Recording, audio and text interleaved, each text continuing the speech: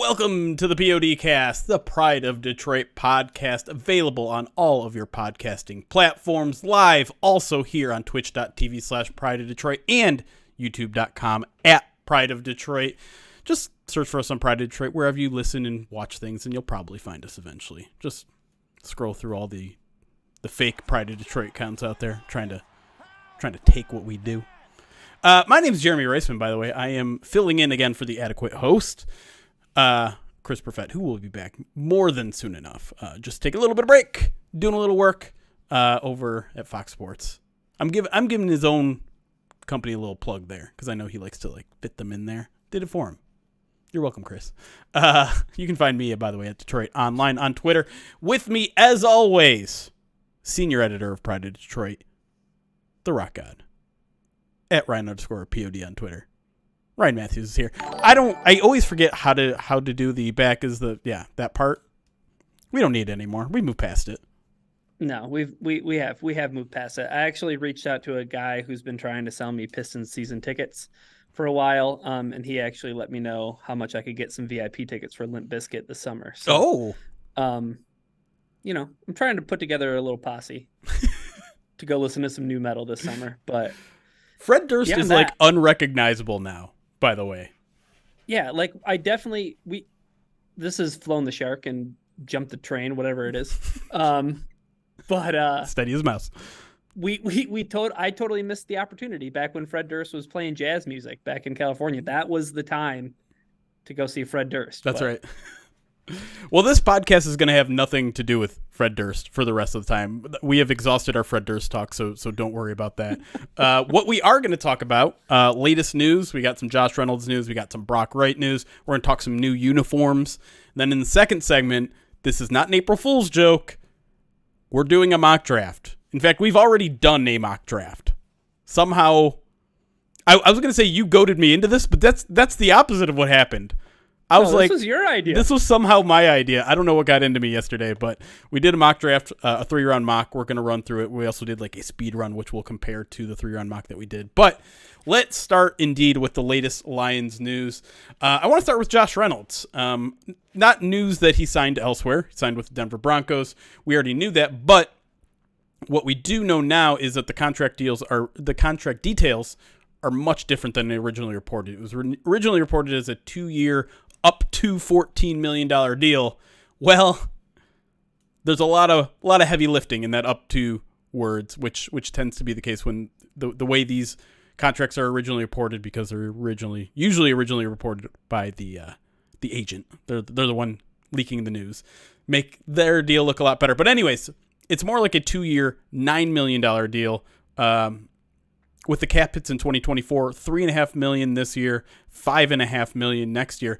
And even beyond that, there's only $1 million in guarantees next year, which means they can get out of it after 1 year and really just make it a 1-year, $4.5 million contract where it's a $3.5 million cap hit this year and $1 million in dead cap next year if you don't keep them around, which is not that bad, Ryan. That seems like a very, I don't know, reasonable contract for him. The Lions, I can't figure this one out, Ryan. It's very strange to me that the Lions go almost full court press last week and say we've done everything we wanted except for Josh Reynolds. He's our white whale. We're gonna get him. We love him. Everything we've said about him. We love him. He's a gritty guy. We've got a million nicknames for him. He can block. He can do whatever. Then the next day, he signs elsewhere for a very reasonable deal. So, can you make sense of this? And do you think the Lions may have made a mistake here, not landing him? Yeah, there's a ton of stuff that's going through my head when it comes to Josh Reynolds, because I do find it a little bit mystifying, the timeline of getting to hear Brad Holmes talk about how awesome he's done in free agency, and then 24 hours later, the one thing that he was dinging himself in his self-evaluation was well, we're just missing Josh. And then Josh is out the door. And like you said, when the contract details come out and you see that basically the Broncos are on the hook for a year and $4.5 million, I think it's fair to start asking the questions of did they miss an opportunity here to just bring the band back together. Because I think all off season long, Jeremy, we've been pretty comfortable with like, you know what, if the offense wants to just get back together as is, as it was, you know, constructed a year ago, we're pretty cool with that. Like even before Jonah Jackson gets his deal, and maybe even after Jonah Jackson gets his deal, right? We were kind of like, well, it's a little pricey, but like wouldn't have hated it. You know what I mean? Like you Right. could have lived with that. And I think that speaks to Josh too. Like I think when it comes to the wide receiver room in Detroit, he felt like the veteran presence, did he not? Right? Like, I mean, your top two wide receivers are both still on their rookie contracts. Yep. Josh Reynolds is a guy who the Lions brought in because of his familiarity with Jared Goff. And to me, it would have made a lot of sense just to get this deal done. Now, can I ask you from Josh's perspective, Right. why does it make sense to go to Denver? Opportunity, right?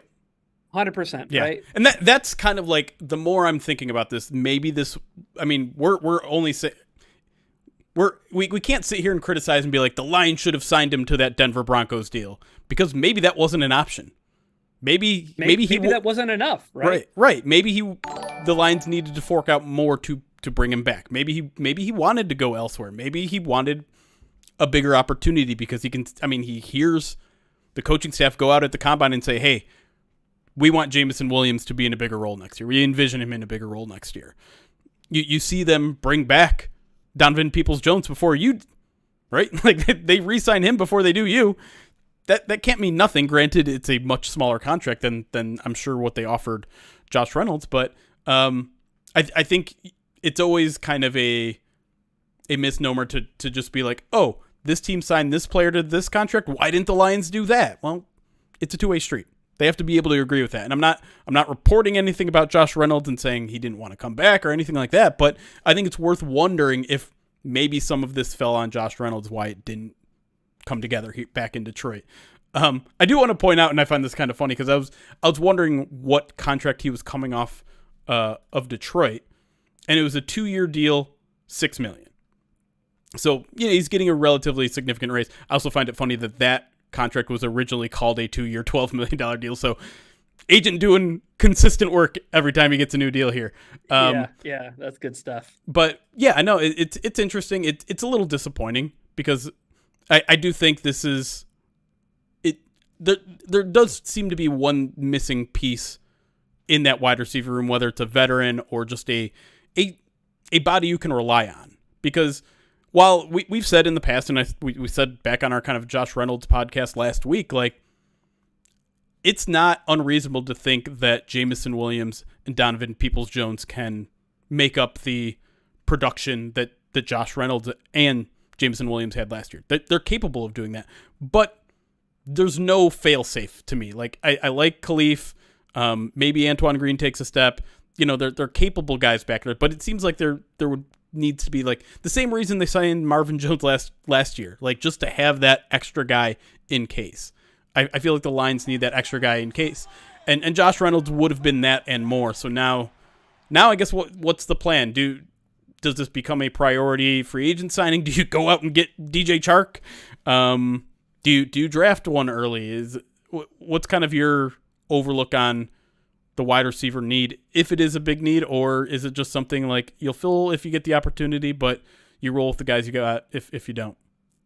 It feels kind of like the NFL draft pending, right? Like, let's see what the NFL draft brings the Detroit Lions, where they are when they're picking, if they're maneuvering around the draft board, who's available. I think it's very much dependent upon what happens in the draft. Now, there are a couple things I want to circle back to last year about Josh Reynolds. Because I feel like the NFC Championship game left a sour taste in a lot of people's mouths, understandably so, right? However, you look at the numbers that Josh Reynolds put up last year, and I know we're anticipating, or we are expecting, that Jameson Williams can do, if not more, but greater things, right? With those opportunities that are going to be opened up. Josh Reynolds last year was third on the team in first downs, receiving. He was of any of these receivers, Amon-Ra St. Brown, a pass catcher like Sam Laporta, Khalif Raymond. Josh Reynolds had an 11.5 ADOT. higher than any of those guys. Now, Jameson Williams was a 16. His ADOT was 16. Now, right. So, but you see, like, I think that that number being 11.6, like Amon-Ra was 8, Laporta was 7.4, even somebody like Khalif Raymond, 8.8. Josh Reynolds at 11.5, that's a pretty big jump. Now, I think that speaks to two things, though. One, you have a quarterback who's super comfortable with him and feels like he can get balls to Josh Reynolds where they needed to be, and he could expect Josh Reynolds to be there. But I think that the next thing is, like, is it so easy to just say, okay, we can 100% trust Jameson Williams to just be Josh Reynolds? I don't think that they're the same wide receiver. Yeah. I think in terms of, and this is the biggest difference to me. How are you running that dig route? Like, I know that Jared Goff loves throwing that dig route to Josh Reynolds. Yeah. That's been the question about Jameson Williams, is like the refinement in route running and timing and having all that stuff down with Jared Goff. This is a big offseason for Jameson Williams. No question. Maybe the biggest of his career, and that's crazy to say when year one was rehabbing. Year two was, trying to bounce back from being behind in year one. Yep. Add to the suspension, add to the injury he suffered in training camp. Yeah. This is a really big spot for Jameson Williams, because I think it goes hand in hand with the question you asked me about how do the Lions move forward. Jameson Williams and Khalif Raymond are the only, and Antoine Green are the only 3 wide receivers that are under contract past 2024. Yeah. You know what I mean? So I think that there has to be some. Jameson Williams has to solidify his spot as a dude on this roster. I love that you brought up I think Josh Reynolds' biggest asset, which is his chemistry with Jared Goff. And so it's not necessarily something you can replace in an offseason, right? Like everyone says, oh, just draft one at 29. Well, is he going to come? Yeah. Is he going to come in and just like mind meld with Jared Goff? No, it took a half a season for Amon-Ra to get there. And Amon-Ra is the guy who works his butt off like no one else in this draft class probably does. So that's something that's going to be missed. It's not something that we've seen. Like Jared Goff and Jameson Williams, that has not been locked in really yet at all. Like, it got better last year, but it was nowhere near where it was with Josh Reynolds. And so I think that's to me the most surprising thing is, like, outside of all the intangible stuff that this coaching staff loves about Josh Reynolds, he goes back to his Rams days with Jared Goff, and that sort of connection is not easy to find in the NFL, and it takes time to develop. So it's something they're going to miss. Another thing that they could miss is Brock Wright.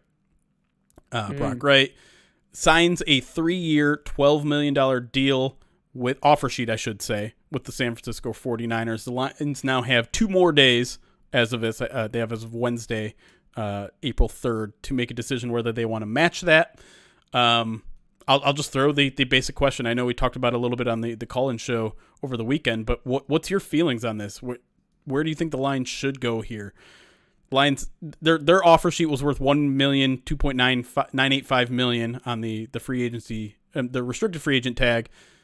This is moving up to $4 million a year here. Is it worth it for a quote unquote tight end 2? A tight end 2 who, I think seemingly might be a tight end 3 on a lot of rosters, right? But with that kind of a pay bump and with a team like the San Francisco 49ers docking Jeremy, I think that is a cause for pause, right? And to think about, like, well, just how valuable is Brock Wright? Maybe we misunderstood how valuable Brock Wright is to an NFL roster. I have to ask you this question. It's just kind of like maybe like a curiosity thing, but is it interesting that the Lions are taking all of this time to figure it out with Brock Wright? Like what do you need to take 5 whole? And I mean, they haven't quite yet, and this podcast might be outdated in an hour. But right. I'm just wondering, like, why do you need to take all this time to figure out whether or not you love Brock Wright or not? It's holiday weekend. I don't know. It's a good question. He has risen. Yeah. Brock Wright's contract offer has risen. I don't know. I mean, to me, there's no, first of all, there's no real hurry. Yeah. You might as well talk it over with everyone. Talk it over with your tight ends coach. Talk it over with your offensive coordinator, your GM, your salary cap guy. Can you get all that done in a matter of 24 hours? Yeah, probably, but you don't need to rush this decision. And as Andrew Brandt always says, deadline spur action. So I'd imagine. You're right. It could literally happen at any moment. For all I know, I haven't checked Twitter in 30 minutes. Maybe it already did happen. But yeah, I would expect probably something closer to the deadline, just because you want to exhaust all your resources and make sure you're making the right decision there. And it's a tricky one, right?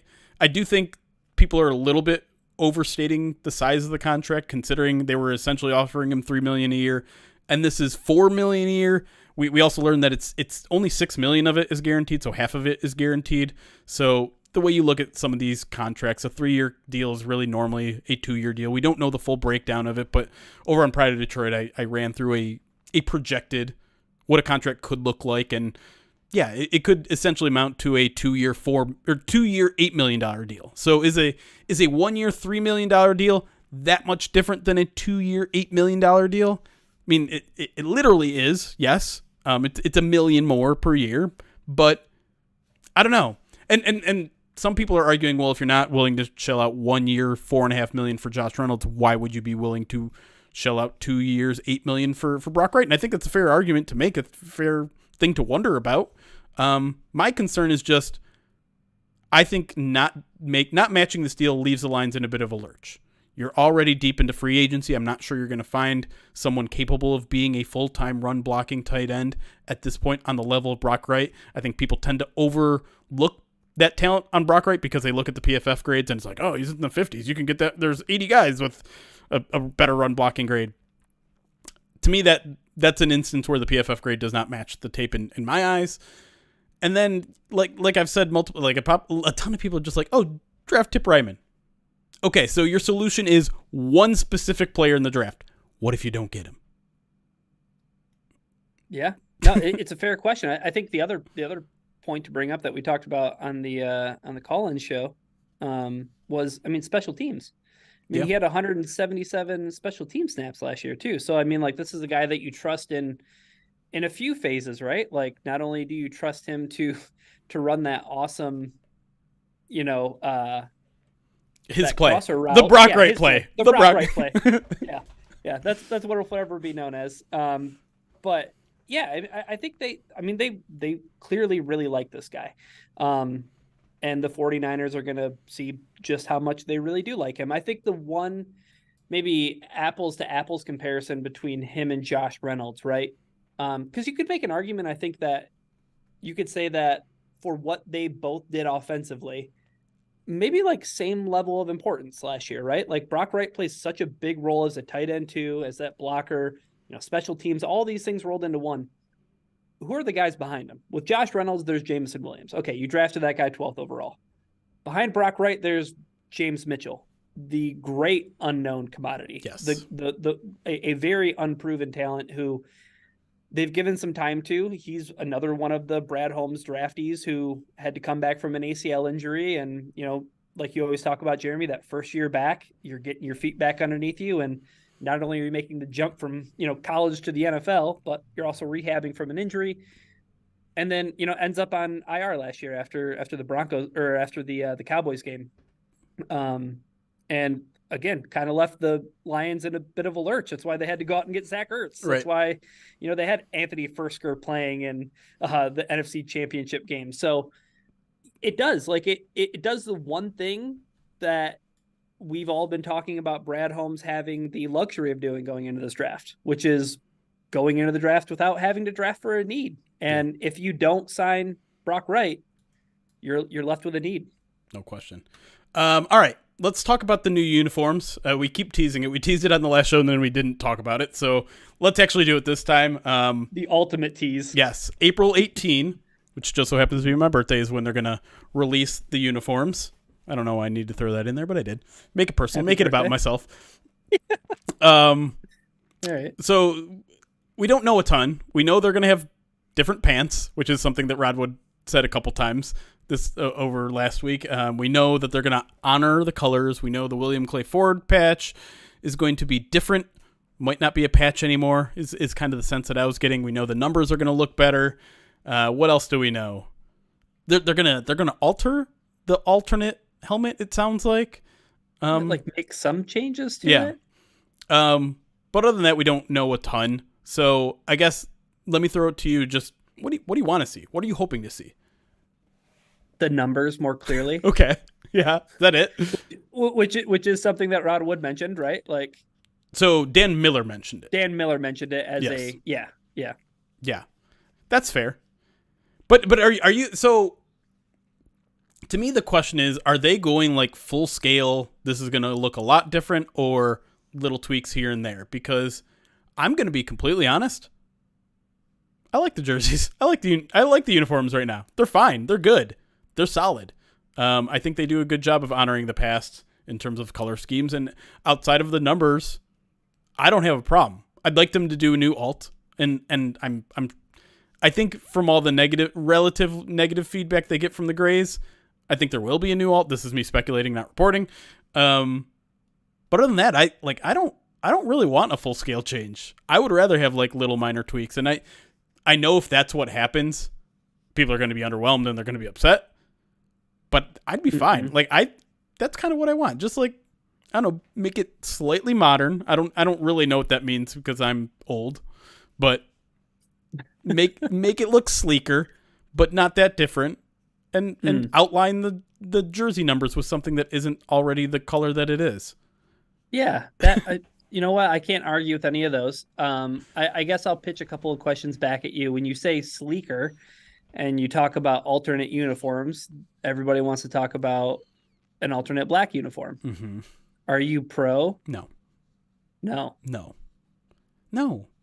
Why? It's not. I can't say it's never been a Lions uniform color, because it has, even beyond the Matt Millen era. That there was like in the 40s a black uniform that technically, I guess, becomes part of the lore. But no, to me, black seems like a fallback color to just like replace. Like, if you want to look modern, you got to do this like Oregon Ducks thing where you're, I don't know. I admit, like, part of this is old man waving at the cloud, but to me, it's just, I don't know. That's like it's become a trope at this point to be like, oh, look at our tough black jerseys. No. Yeah, it seems unoriginal in the sense that, like you said, everybody around the league, when they need to freshen things up a bit, it's like, okay, well, we can do an alternate uniform. What color do you want to do? Let's just do black. When I think that there's an opportunity, I mean, everybody loves the blueberries. Like, yeah, it's fine. Like, just run with those when you want to go, like, quote unquote color rush. Yeah. But I think the thing that's most interesting to me that Rod Wood said is like the options, right? And I know he kept on talking about the pants and, you know, having different options. I think that's probably the cooler aspect of the uniform redesign, is that just having more options for what you can put together, especially when you're doing your Madden sims. You know what I mean? That's right. Like, you'd just be able to run through like 100 different colors of pants. Ryan, you know what also has a ton of options? Oh my God, Righteous Felon Craft Jerky. That's right. And the Pride of Detroit podcast is brought to you by Righteous Felon Craft Jerky. It's the jerky that fuels your Detroit Lions. That's right. Righteous Felon Jerky and Meat Sticks are available to Lions players at their training facility at Allen Park. Each 2-ounce bag, which I'm currently holding right here, contains 16 to 20 grams of protein. This one in particular has 20. The max, which is the awesome habanero Escobar flavor. Habanero heat. And they come at it with heat. I'm not, if you're a spicy meat fan, you got it. If it's good enough for the Lions, it's good enough for you. Righteous Felon is based in West Chester, Pennsylvania. They use locally sourced, all-natural black Angus beef and pride themselves with superior quality, revolutionary branding, and unique flavors that go beyond the stereotypical jerky offering, like your good turkey jerky flavor. Marilyn Monroe. That's okay. That's a different one, but yes. Soul Survivor. You're naming them. Yeah, that's the Korean barbecue. Marilyn Monroe is the Old Bay seasoning. That's right. And the Korean barbecue. Gotta love it. Yeah, they got like gochujang in some of these. Like, it's honestly it is. I know it sounds like we're pitching, but at the same time, I'm regularly stocked with Righteous Felon because it is legitimately good and the flavors are extremely unique. Yeah, it's a nice snack, and the way that they portion the bags too, the package size, it's nice because then the jerky doesn't go stale or Yep. anything like that. Yeah, Got it's your little awesome. pack, your freshness packet in there, and I'm telling you, like, I'm gonna keep saying it. This, if you're dieting and counting your calories and your protein, your macros, all that sort of stuff, 20 grams of protein and 140 calories in one of these bags. That's like a perfect midday snack, where you're not like grabbing a candy bar, you're not shoveling Doritos down your face. Get a little Righteous Felon craft jerky, and we're gonna sweeten the pot for you because guess what? We got a coupon code. Oh, what's the code? You don't know by now? We've been doing these for like 2 years, right? I just want to hear you say it. POD 15 will get you 15% off, and you can reuse that. You hear all the time these ads are just like, you have to be a first-time customer. It only works for initial orders. No. Use it over and over. Perpetuity. It's a big word. Just means you can use it every time. POD 15 at righteousfelon.com. Get you some craft jerky when we come back on the POD cast. History is being made. A 3-round mock draft that I actually helped with. More than helped with. More than help. Don't give me too much credit. I don't want it. We'll be right back with a mock draft here on the POD cast.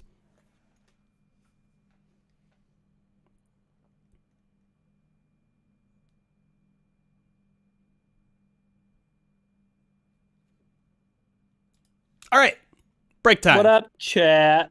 The Gomez says, twiddling thumbs waiting. Bates talk, Jeremy? I'll show you our rundown. It's there, but we were 25 minutes into that segment. And so we decided no. Oh, yeah. We left that out. If you want, we can talk some of that. But we wanted to make sure these stories that were actually stories. No offense to Jake Bates. Tackled first. I can't wait for you to read the alerts because I want to know who Joshua Mercer works for so that I can call their boss and tell them that they suck. I did see that as well. Robo, if you are a Pride of Detroit Direct subscriber, I actually talked drafting kickers like a month or two back. So you're just gonna, if you are a subscriber, you're gonna have to scroll through some additions. If you're not, well, then you're not gonna get them. That's what you pay extra for. Dr. Dunlap, thank you for the 20 months subscribed on Twitch. Matt Sick, thank you for the 24 months, 2 years subscribed on Twitch. Alante Lewis, thank you for subscribing on YouTube. Silent BB8, thank you for subscribing on YouTube as well. Buckeye in Michigan, 11 months subscribed to the channel, says, I resubbed to the channel. It feels great. Go Lions. Now, how am I supposed to... The next 5 words don't make sense.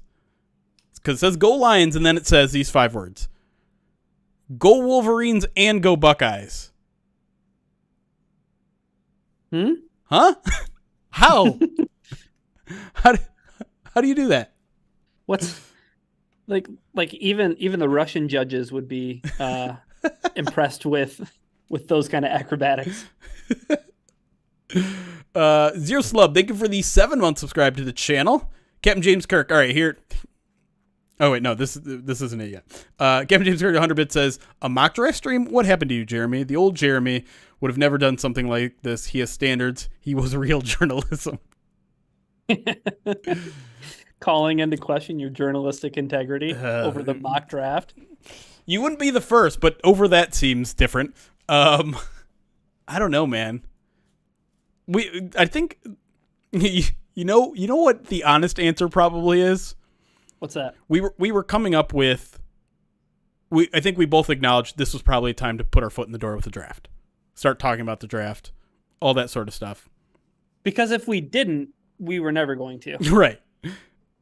And when I'm like, maybe if we do a mock, my thought process was, if we do a mock draft, probably only really have to do research on like 3 or 4 guys.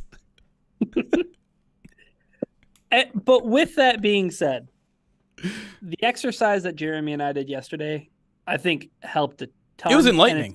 And it's going to be very fun for us to go through here in segment 2 because Jeremy kind of reminded me of this while we were drafting, was like, let's like check out what else the draft has to offer instead of just going with the guys that everybody wants to keep talking about, and within reason. Like, yes, all of you, like, you love the players that you've fallen in love with for a reason, but I think it's also important knowing who Brad Holmes is to like take a look around that spot. And listen, I don't love mock drafts. I don't love mock draft season, but I will admit that the one value of it is that you get to learn prospects that way, right?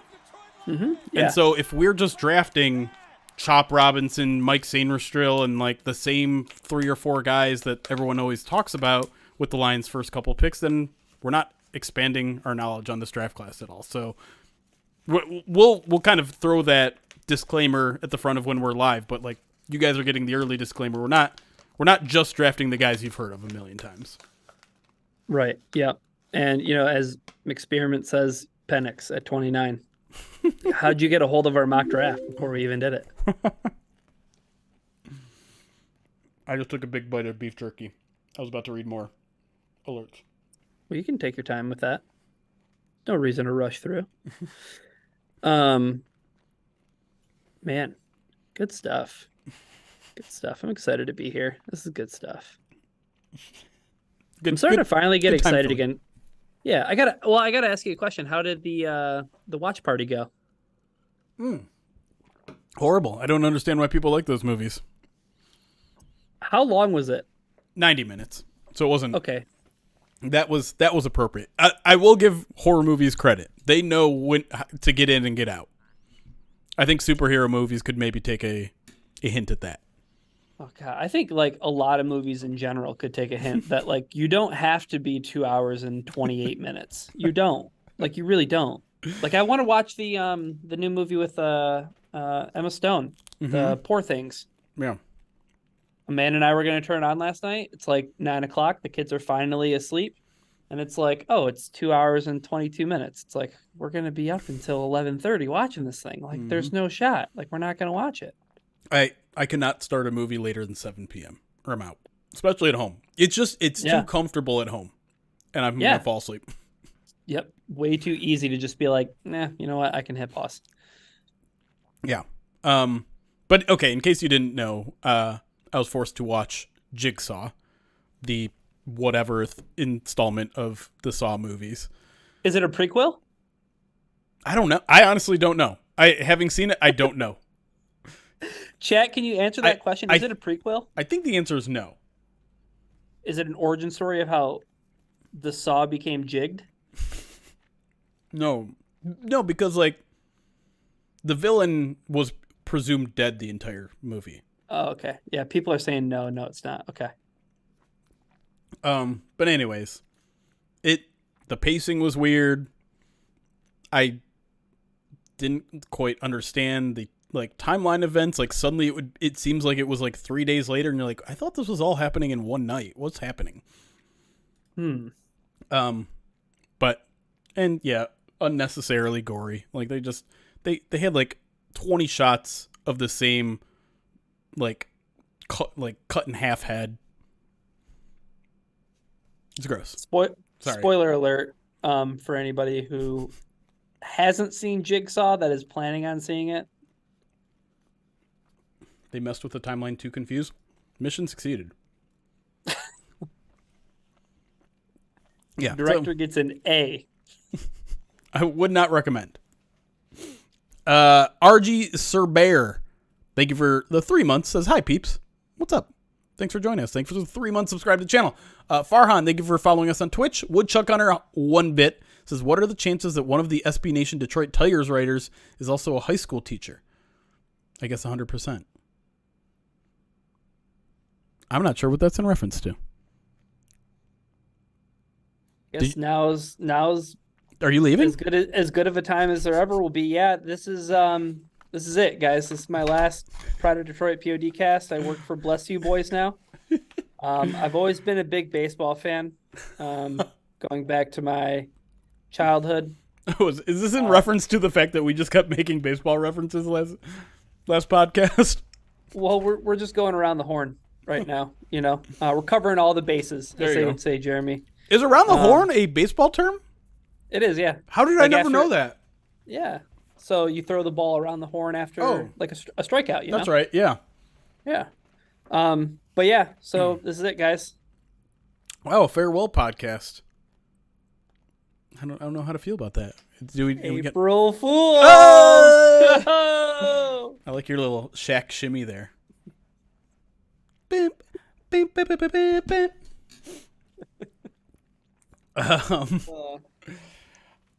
Baller Milo or Milio. Thank you for the 12 months. 9 months in a row. 12 months total. Full year. Subscribe to us on Twitch. All right. Joshua Mercer with the 50 bits. This is going to get me into an April Fool's rant if I'm not careful. Says, can I just say my company put up a layoff list today on April Fool's Day and it wasn't a joke. A little in bad taste, right? That's Who not lays good. off? First of all, who lays off on a Monday? I thought like you do it on a Friday. Especially on the Monday after Easter. Yeah. That seems terrible. Yeah. Like you said, no bueno. I mean, that's just bad business practice. Yeah. It's very, I mean, like to say it's unfortunate is like not I don't think it's capturing like just how crappy it is to lose your job. Not great, but I guess the transition, it is great. What's that? Jill redeeming 200,000 channel points for you to Macho Man Randy Savage your way onto the stream. Jill, how do you want us to handle this? There needs to be a follow-up. Do you want me to change into it now and just do the second half as Macho? I can start off the next podcast and you can get a full show of it.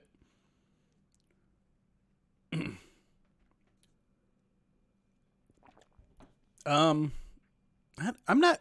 Do you have thoughts on the draft hats that aren't related to the weird flag part of it? No. Okay. Other than I just stop making the hats black. Yeah. I'm not like one of those hat junkies, so I don't really have any feelings. I feel like I'm routinely, and this is to I'm Sam 874. Like, I feel like I'm just routinely like, meh. The draft hats are always meh. Like,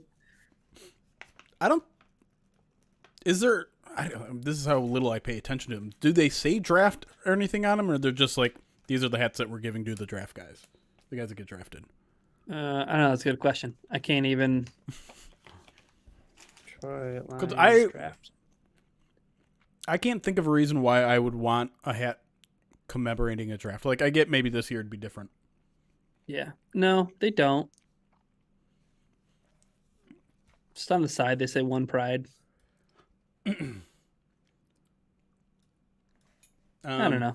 Yeah. Nah. Yeah. We have not done the Hot One stream yet. That's probably coming after the draft. Eric's thoughts on their hats are probably shoulder shrug because he cares so little about fashion. Next podcast, haven't decided yet. I have to reach out to Eric if he wants to do a midweek mailbag. We might be able to do a first bite this week. I haven't reached out to a guest yet, but that's always on the table. And as I could wait until next Monday with hopefully the full crew to do Macho Man if you want. Yeah, that'd be fun. But whatever you want, Jill. You redeem the points. And I see there was also a Zazu cameo who is on the bed right now. You want some beef jerky, buddy? I'll wait for your answer and read some more alerts before we get there.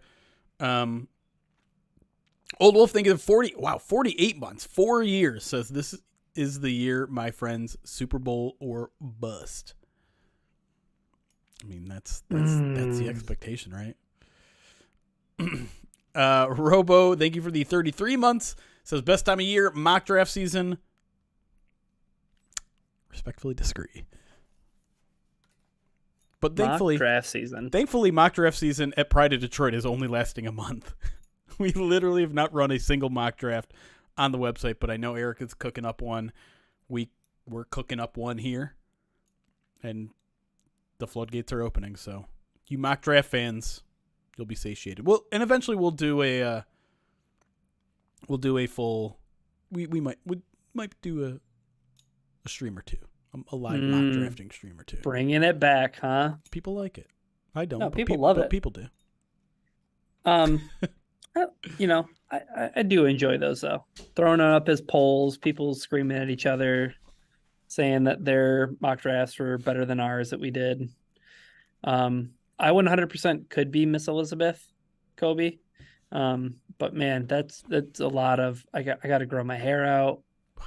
I don't know what that is. Is that a wrestling thing? Yeah, Miss Elizabeth was Macho Man's wife. Oh. Shouldn't it be Mrs. Elizabeth? Elizabeth. That's how he would say it. Indigo, I think the last thing I would ever do is join the podcast as Hulk Hogan. I would never want to be Hulk Hogan. I could get a wig. I could be The Rock. I don't have enough muscles. Like his Nation of Domination era. Did I just shock you with my wrestling? That's quite the pull, man. Oh. Like to name the first faction that The Rock was ever in that's pretty impressive. This podcast has come full circle. Remember when you guys used to talk wrestling like literally every podcast, and we'd get reviews being like, "Stop talking about wrestling," and I'd be like, "Stop talking about wrestling." Chris and I would just be like, "Well, we're on the road to WrestleMania. There's nothing we can do about it." That's true. You guys are now. We actually are. I think WrestleMania is this weekend. Is it really? Yeah. I think so. You can go, buddy. I could be a bad wrestling fan right now. Let me tell you about the podcast, brother. And then, dog! Finish the story, Ryan. Sorry. What did I cut you off? I don't even remember. No. That's the whole bit for WrestleMania this year. Oh. Is there's a wrestler, and they're like, finish his story. Oh. Okay. Yeah. It was last weekend. No, it was not. No, it's not. MCDC Forever, 11 months. Subscribe to the channel. Says, Jeremy, what was worse, Jigsaw or mock drafts? That's a really good question. Oh, come on. I'm taking this personal now. Because you spent that time with me. All right, that's fair. All right, Jigsaw. Say something snarky. Say it. Nope, I know you do. Nope, I know you want to. Nope. RC Vader. Speaking of wrestling, Vader, another wrestler that I bet you didn't know was a wrestler. 25 months. He reminds me of I don't know, one of those X-Men. Who was the X-Men character that was like all red? Juggernaut? Yeah, it kind of reminds me of Juggernaut. Yeah, the whole mask and everything. Yeah. 25 months says for Liberty. Okay. And our good friends. What? Huh? I was gonna say, was the Juggernaut on? Was he on Boy Meets World? Did he ever do a? Vader was on Boy Meets World. What? Yeah, he was on an episode of Boy Meets World. We're the Lions UK. 21 months subscribe to the channel says, "What up, Doe? Mock drafts with Jeremy. I can get used to this. Don't get used to it." It says, "See you in 3 weeks, fellas." Yes. I know you sent me a Discord message, and I will respond to it, I promise. If this is Matthew on the account. Mortal Man, they give the follow as well. All right, we're caught up. All right, we'll get back into some Lions talk. I know YouTube particularly doesn't like when we're not talking about the Lions football, so we'll get back to it. Except Joshua Mercer 100 bits says, "I'm still sending a clip from the stream of Half Head to you every week on Twitter, Jeremy." Half Head? What am I missing? Oh, I'm assuming the Jigsaw. Oh, God. Half Head? Yeah. Is that what that is in reference to? Bucket Head, as I kept referring to him. We did not talk Cam Sutton. Oh, Jill. At least Jeremy isn't inspired by Val Venus. I do know. I don't know if you remember. You know Val Venus? Oh yes, I know Val Venus. Hello, ladies.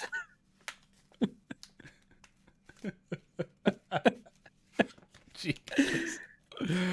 Just like the most unsubtle character of all time. Oh, like if a human being was sexual innuendo.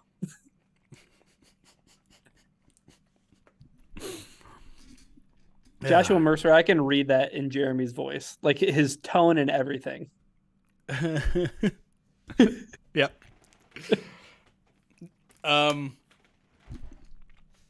We weren't necessarily going to touch on Cam Sutton in the podcast because, quite frankly, I don't feel like there's any takes regarding this story. But in case you haven't heard, turned himself in yesterday, was released either last night or this morning.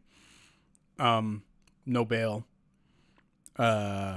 And his charges are a misdemeanor battery charge, not the felony charge that the battery with strangulation. So, I don't really know.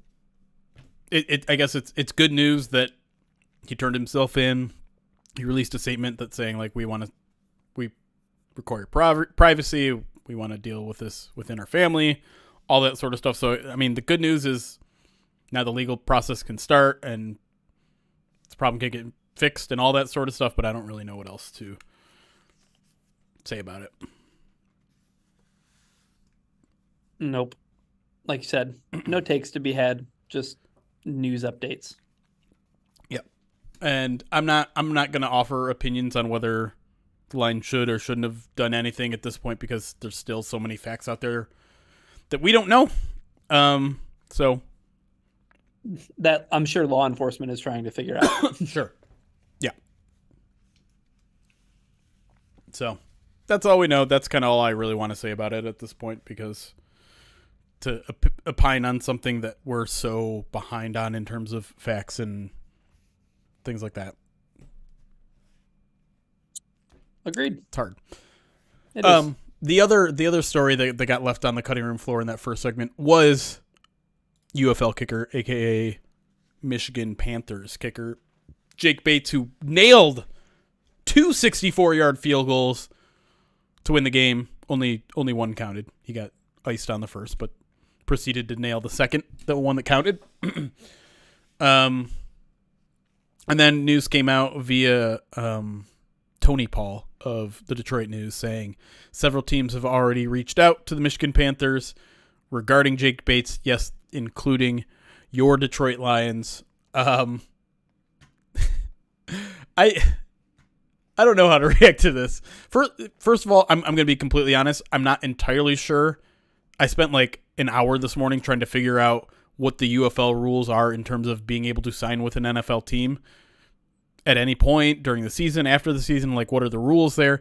I didn't come to a definitive conclusion because there's not, like, I can't go look at the UFL CBA.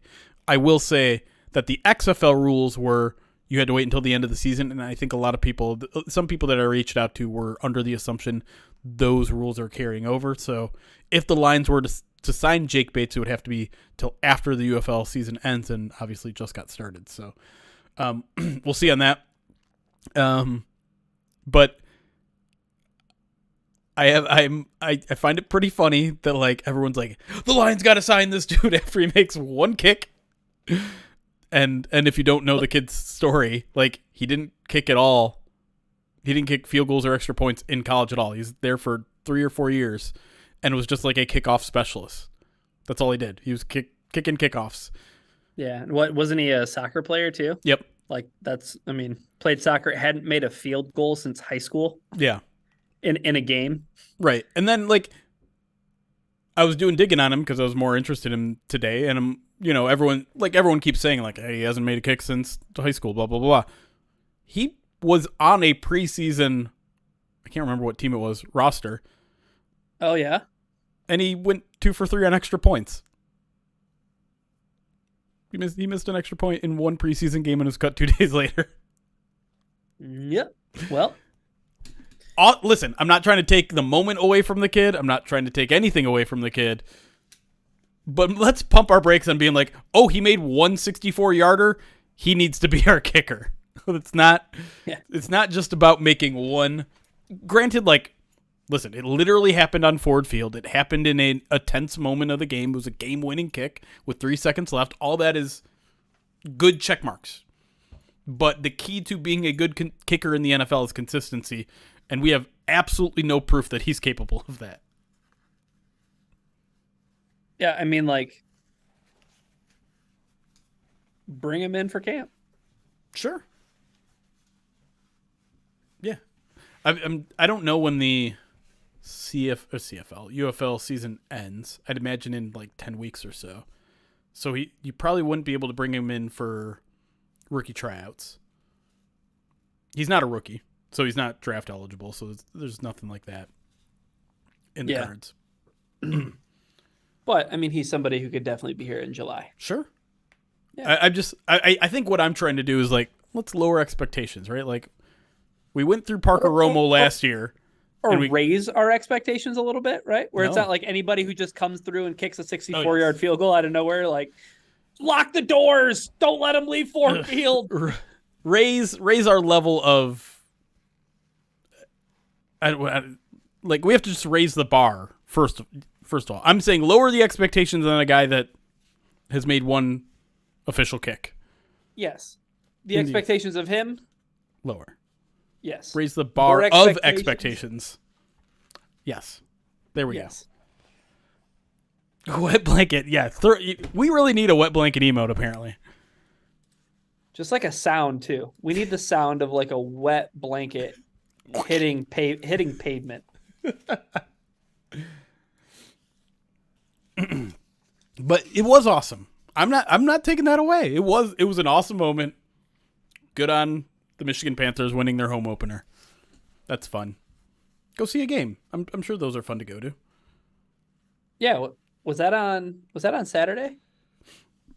Yeah. Yeah. So I mean, what, they won a third of the games that the Detroit Red Wings won in the month of March. Now who's the Debbie Downer? Speaking of hockey, though, Michigan hockey, Frozen 4, baby. Okay. Lifetime Michigan hockey fan. I can name every single player, but don't ask me. What's your feeling on John Buchagras? I saw you dunking on him today. Dude, what? Don't say that. Like, that's what I was like. Next why? Pavel Datsyuk. Yeah, Trevor Zegras. Cut it out. All right, let's stop talking about hockey and upsetting people on YouTube, and let's just go back to talking about football. Everybody wants just mock drafts. You want to go into the second segment? I do want to go in the second segment because yesterday on Twitter you said tune in to see if Ryan is a liar. So I didn't even like put 2 and 2 together at the time that we were doing something extremely out of my character on April Fools. Yeah. So I wouldn't have been surprised. I didn't realize that. Yeah, I didn't put that together until today. That would, oh man, that's such a missed opportunity. Yeah. Are hockey players athletes? Great question, Uncle Indigo. Given the people that are here right now, I think the answer is probably yes. Chris has had some takes, man. And let me tell you, that might be the worst one that he's ever had. You remember what happened immediately after? Didn't the stream shut down? Yep. I got so mad, I pushed my chair back, and it knocked the power out of my computer. Oh, man. A take so bad that it shut down the stream. Joshua Mercer. Tom Cruise's dad. I saw you in the in the Twitter spaces. That's right. The other day. Hockey is a sport. Joshua Mercer requires athleticism. Really quick, just going back to the Cam and Sutton thing, because Joshua Mercer dropped 40 bits. Says, can I ask a question about it, though? Do we know if the woman was severely hurt? I'm just confused at how it is a misdemeanor and how he was released already. Like, is the lady okay then, physically at least? The only thing I've heard about the physical state of the victim is that she had injuries that were consistent with the charge, according to the police. That's all I know.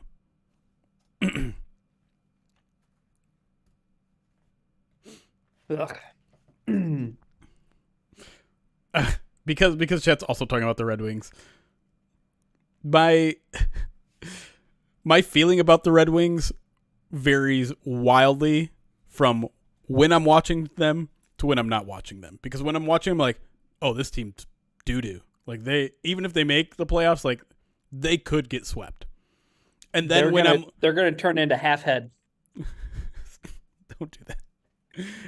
And then I'm looking at the standings and I'm looking at the other teams like, oh, the Flyers are losing. Oh, like they're going to make it. Like they got a real shot. They got a real shot at getting beheaded in the first round. I know, but I miss Red Wings playoff hockey so much that you don't miss it that much. I think I do. I think I'll take them getting swept or losing a series 4-1. Can I just real quick remind you of the last time that did happen? I probably don't have any recollection of it because I hated it so much. You hated it so much because the only thing that was exciting was it was a series against the Tampa Bay Lightning, and Justin Abdelkader got into that fight where he also scored a goal, and they won. And then they just proceeded to get their teeth kicked in, and then they were done after 5 games. I will say there was a really good article I read the other day about how, and this is the last thing I'll say about the Red Wings, but like the way that they're going about making the playoffs this year, there's a concern about like, are you setting up your young players right now to be playing the right way? Like, are you building good habits as a young NHL player by being rewarded by getting into the playoffs on such a bad hockey team? Like, are you learning how to do things the right way? Or, yeah. So you're saying they should tank? I'm saying that Steve Yzerman just should do a better job. Nobody in this town is holding that guy accountable. I can think of 3 numbers that probably are, with a decimal point after the first 2. I doubt it. I doubt it. You doubt it? I doubt it. Those. Oh man, I'm not gonna say anything, but like, there's just a lot of like, oh man, 692 career goals, Stanley Cups. Oh man, you did so good in Tampa Bay. Yeah, baby. Ice Plan is not working right now. Vibes are low. Hold on, I'm gonna refill my water here, and then we'll get to the second segment. Okay. So you can continue to talk to chat. All right, chat. As they get more and more angry that we're not talking about the Lions. Talk about the Tigers. I'm sure they're eager to talk about that. No, but this mock draft, we're gonna have fun with this. We have 2 mock drafts. The first one that we did, we took a little bit more time with it. We didn't make any trades. We used Pro Football Network's mock draft simulator. We didn't do any trades in the first one. And then the second one we ran through a little bit quicker, but just so that we could kind of have 2 options for us to run through. So that's gonna be a lot of fun. Swagakaze fan, yeah, I think we definitely should have one where we move up to 12. That would be good. We should do that. All right. Hi, Jeremy. Welcome back. You sound ready to move. As Caitlin Rose says, 162-0 is still in play. So it's a lot of baseball games. Also a lot of football games. I just assumed you were talking about the next 10 seasons of the Lions. Oh man. Yeah, where they go 162-0. Yeah. Man. I was on the radio the other day and the host was like trying to convince me that the Lions are about to start a dynasty. I'm like, I mean, like, listen. Hold on. Wait a second. Yeah. And I was just like, listen, they have some of the makings of a dynasty in that they have a really young roster and they have a good people at the top in terms of a coach and a good GM. Mm-hmm. But they got to even make a Super Bowl first. 30 minutes away. From what? The Red Wings? No, the Lions. What? Oh. Yeah, whatever. I'm over it. I will say, and people are going to take this as a slam on Jared Goff, and maybe it is, but like that to me is really the one missing piece of a modern NFL dynasty is a unquestioned elite quarterback. Jared Goff is very good, but is he an elite quarterback that is required to be a dynasty? It's hard for me to say that.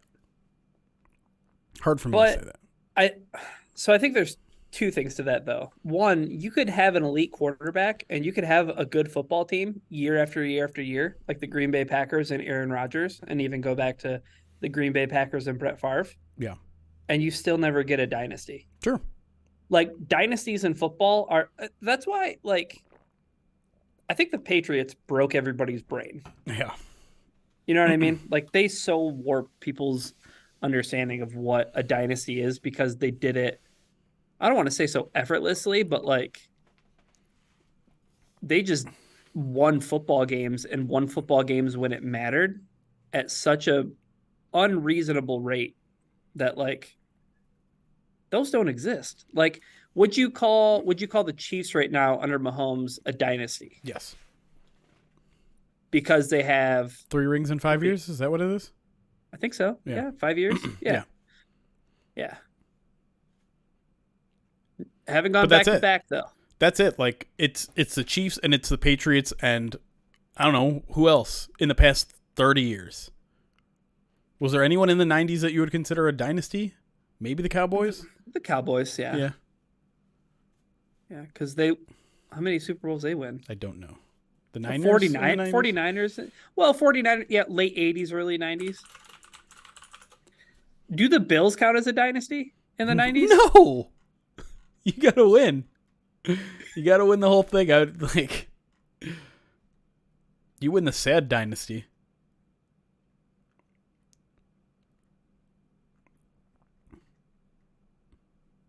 Let's see. Oh yeah, no, duh, yeah, my Cowboys. bad. Yeah, the Chiefs did go back to back, but they haven't gone. Yeah. 3-peat this year. Has anybody ever 3-peated? Did the Patriots? Nope. I don't know. Maybe if you go back far enough, but so the Cowboys did win 3 out of 4 years. Wait, where did that go?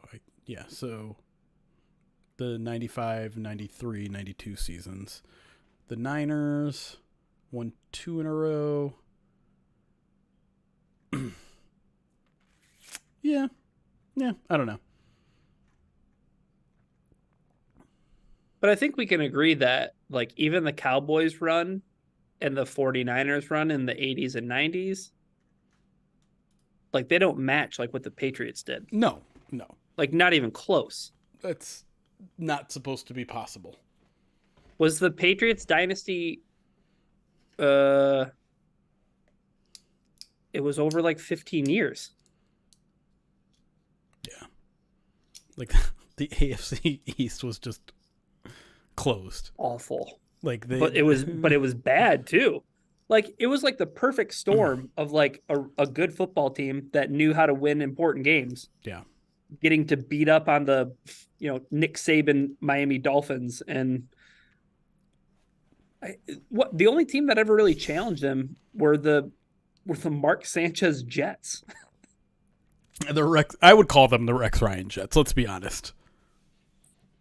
They were not defined by Mark Sanchez. I mean, ultimately they were defined by Mark Sanchez. By a butt fumble, yes. But the reason they were good was obviously their defense, right? Like Darrelle Revis. Yeah. It's crazy. Yeah. I don't know. So anyways, Lions are going to be a dynasty is what we're trying to say. That's essentially what we're saying. But I guess my point was that like you can have that elite quarterback and still not get a dynasty. But Yeah. if you have that elite quarterback, you at least stay in the discussion Right.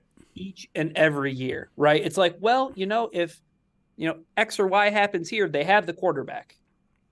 I don't know if the Lions with Jared Goff will ever be that. You know what I mean? Because it's always like, well, what about, will Jared Goff, will we get good Jared Goff or will we get bad Jared Goff?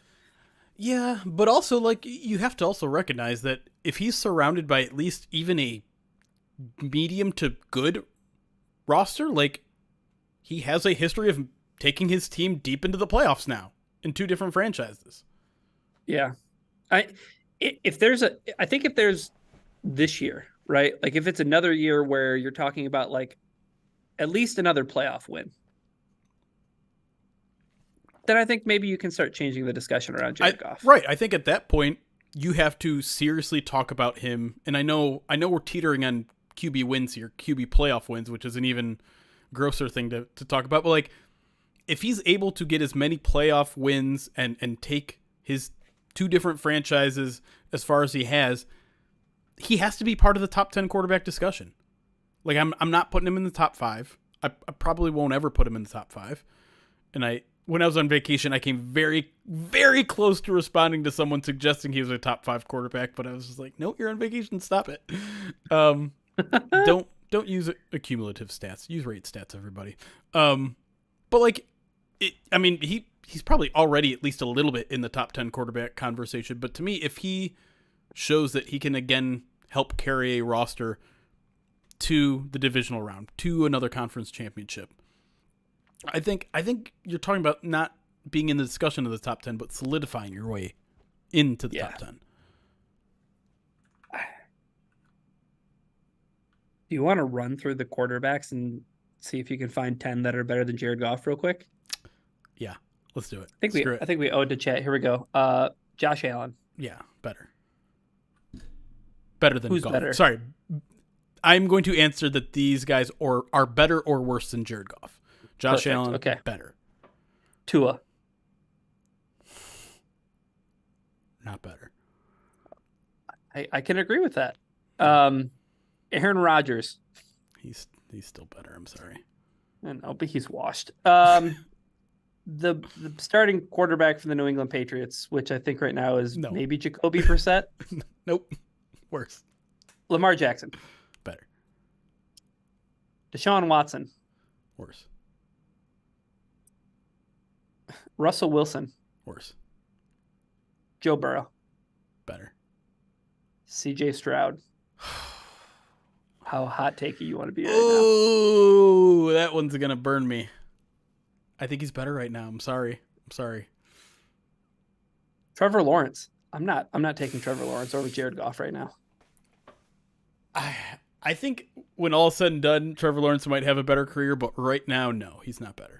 Maybe, but like if I'm a Jacksonville fan, like I'm starting to get a little bit like thought this guy was supposed to be like the slam dunk. Yeah. I think Trevor Lawrence has better physical tools. 100%. But if you're talking about the mental side of the game, you're talking about who would succeed more in a vacuum next year. I think you should rely on Jared Goff better. More. Anthony Richardson. Not yet. It's kind of not fair. Like there's not enough data to go off of. Will Levis. No. Worse. Malik Willis. Right, 6. Patrick Mahomes. All right, there's 6. I finally got you. Aiden O'Connell. I don't even know what team he's on. The Las Vegas Raiders. No.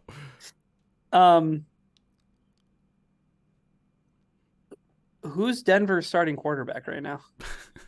I think if you have to ask that question, he's not better than Jared Goff. Fair. Justin Herbert. I knew we were going to come to this one, and I don't know where I'm at on this one. I think Herbert's better, but I don't know if he's better. It's kind of the same thing with Trevor Lawrence. I don't know if he's better right now. Like that. I mean, that Chargers Lions game was so much fun because both those quarterbacks were lighting it up. I thought it was the game of the year. Did you make it in our? I think I did. Yeah. for like entertainment purposes, I thought it was the most fun game to watch. Herbert is All not right. 100 times better, but I'll give him better. So you're at what, 7? Seven quarterbacks that are better than him right now. Which is funny because that's the AFC. Yeah, we haven't even ventured into the NFC yet. But there's that like disproportionate amount, right? So like, Yep. Dak Prescott. I hate to be QB wins when it matters, but like, when has Dak Prescott won games that have mattered? And he's been surrounded by some awesome talent. Yeah, On Dallas. You're right. I think they're just about as even as you can get, but I'll give Goff the benefit of the doubt. No, I Jalen Hurts. God, see, this is hard. I think Hurts is better. He wasn't healthy at the end of last season. I feel like that's kind of affecting my but like going into last season, I would have been like Jalen Hurts over Jared Goff for sure. Right. Okay, so we're at 8. Daniel Jones. Is he even their starter? Drew Lock. Is he Washington's starter right now? Yeah. Jesus. I think so. Pretty sure it's Drew Lock. Sure, why not? Yeah. Jordan Love. Not yet, buddy. Sam Howell is not Washington starter. He got traded. Yeah, stop saying Sam Howell.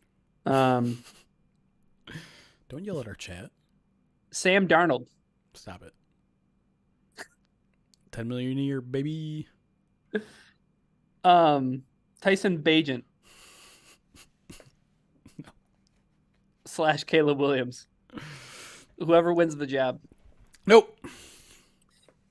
All right, we're at 8. And we only have 2 divisions to go. Baker Mayfield. No. Derek Carr. Nope. Kirk Cousins.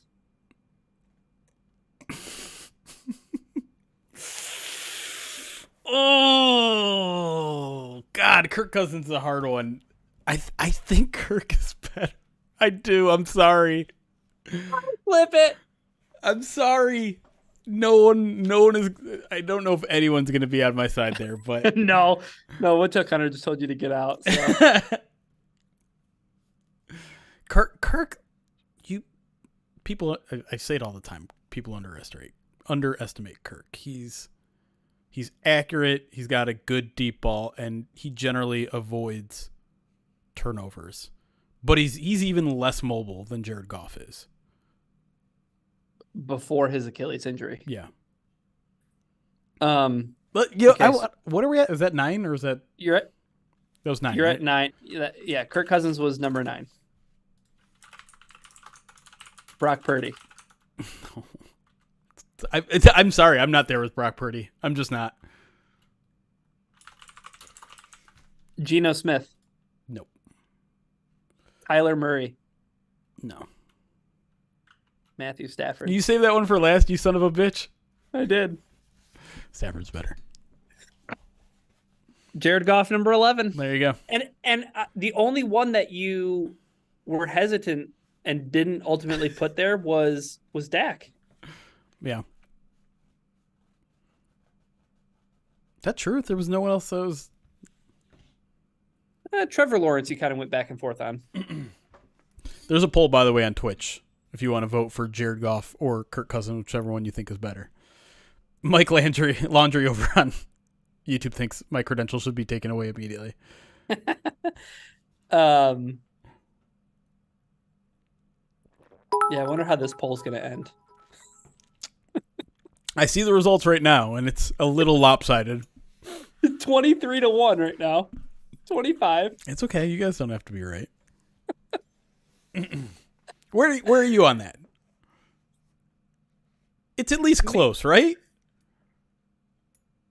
It's close, but it's not as close as it was a year ago.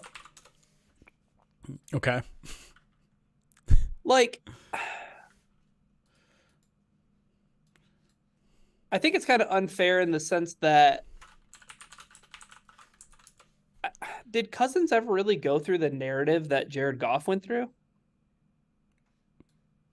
I don't think Kirk Cousins was ever regarded as the, you know, misfit toy.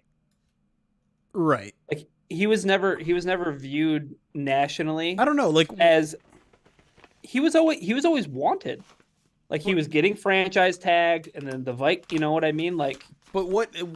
I guess I don't really remember what was made of like his transition from Washington to Minnesota. what did that deal look like? I don't remember at all. I'll look that up real quick. But I think 87% picked Goff over Cousins, 33-5. okay, that's fair. Let's see. I am surprised to see that he threw 14 interceptions last year. That's way higher than I thought he did. But Who did? Cousins. Threw 14 interceptions last year? Sorry, 2 years ago. Oh, okay. I was like, he didn't. Not the half he didn't season. play that much. So in 2018, Cousins signed a fully guaranteed 3-year contract worth $84 million. Right. And if you remember, that was the first fully guaranteed contract. And as of signing, it was the highest paying contract in NFL history. So when Cousins moved teams, he was highly sought after. Yeah. He wasn't viewed as being the third piece in a trade behind two unknown first round draft picks. So I'm looking at some career stats of the two. Okay. I will say that I'm a bit surprised to see that Kirk Cousins' interception percentage, 2.1%, is actually above Goff's, which is 2.0%. But Kirk Cousins' career passer rating is a 98.2. 98.2. It's pretty darn good. Pretty good. Goff is 93.6. Now, you could also do the game of like, all right, well, Goff was in Detroit with a barren roster. Take away those 2 years, and will it look a lot better? Take away 1 year, I mean, 2022 actually was 99.3 passer rating. But he had a couple bad years in LA, and those weren't horrible teams. He had a 86.5 passer rating and a 90.0 passer rating. He did have a really bad rookie season, but that was a horrible team. And it was Jeff Fisher. But, I mean, Kirk Cousins had a couple terrible teams. He started out in Washington. I don't know. No, I'll agree with you that it's like it's a lot closer than being like, oh yeah, Jared Goff is definitively better than Kirk Cousins. Just because I think Kirk Cousins probably gets a lot of hate for being white bread. You know what I mean? Like it gets the job done. Like it still helps get the sandwich in your mouth. You know what I mean? Is it your favorite bread? You know, is it a nice piece of sourdough? No. Okay, Woodchuck Hunter, we're not comparing careers. Goff is better right now. Kirk Cousins has had 100 or more passer rating in 4 of his last 5 seasons, including last year, which he did. Goff has not had 100 passer rating season since 2018.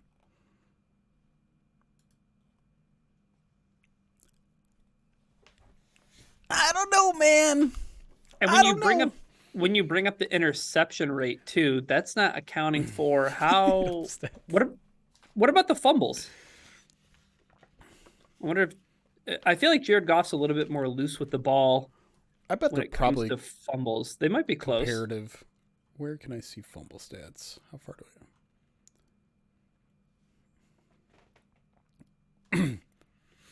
Were you laughing at Woodchuck Hunter when they said give me real stats like playoff wins? Yeah. Fumble. Rush. They're under rushing stats, which is weird. All right. Goff over the last 3 years has had, let me do some math, 22 fumbles. Over 3 years? Mm-hmm. 9, 7, and 6. Okay. 22. That seems high. Cousins has had 26.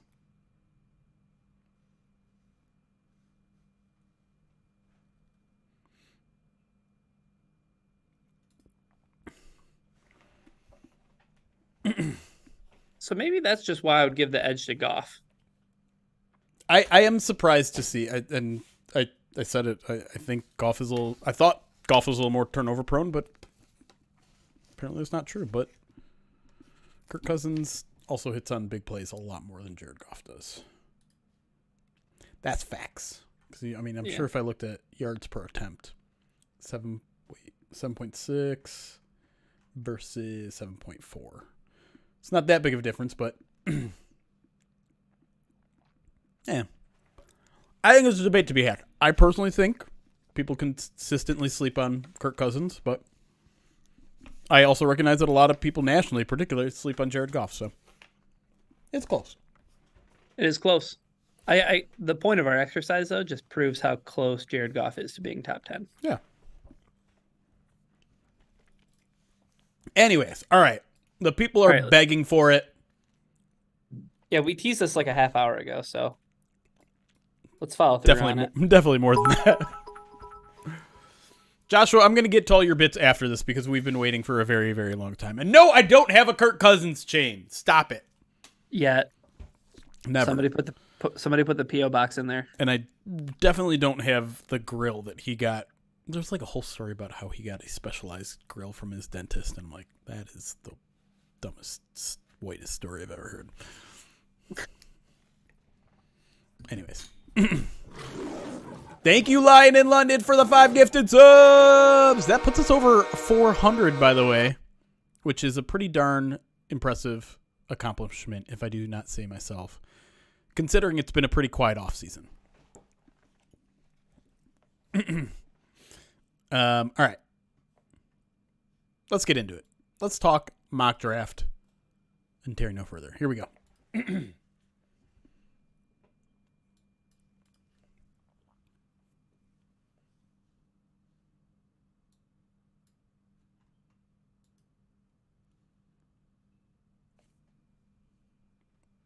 And we are back here on the POD cast.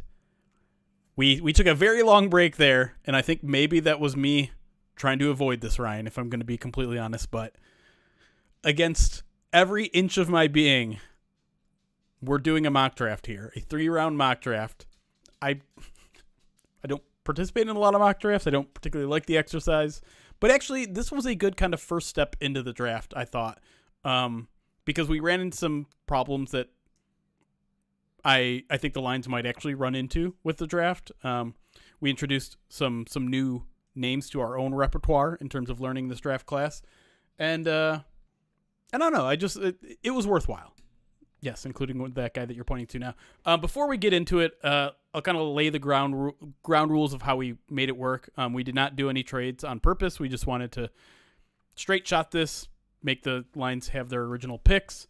We use Pro Football Network's mock draft simulator, so if you're upset about certain players being gone at certain spots, blame them. Blame their algorithm. But don't at Kentley Platter or anything, because like that dude's awesome. Why would you do that? Yeah. Why would you do that other than to say, hey, thank you so much for creating RAS, and it's free. Yeah. Thank you. Yes, exactly. All right. That being said, let's get to it. So obviously the Lions have the 29th pick. We run through the simulator. Let's talk about some guys that weren't there, that were completely off the board, that we couldn't even talk about. Jackson Powers Johnson is probably one of the main ones that Lions fans are in love with that guy. He was off the board at 26, so he just missed out. Cooper DeJean, another guy, 25th off the board. Jazir Newton, 12th off the board. He's a guy that I've seen fall to the Lions a lot in some recent mocks, but off the board, top half of the draft there. Chop Robinson also goes off the board. Now here's the first conundrum that we ran into, Ryan. We had 11 guys we were considering here. Literally 11 guys. I'm going to run through them really quick. Yeah. Kingsley Suamataia, Tyler Guyton, Graham Barton, Brian Thomas, Keon Coleman, Kool-Aid McKinstry, TJ Tampa, Kamari Lassiter, Ennis Rakestraw, Darius Robinson, and Tavondre Sweat are all guys that I think have a certain amount of fit in Detroit, certainly fill a potential relative lead, even though we know Brad Holmes isn't necessarily running up that strategy. And then, I think the talent is there with a lot of these guys, and the fit is there. And so I don't know. Who are like the main guys sticking out to you at this point?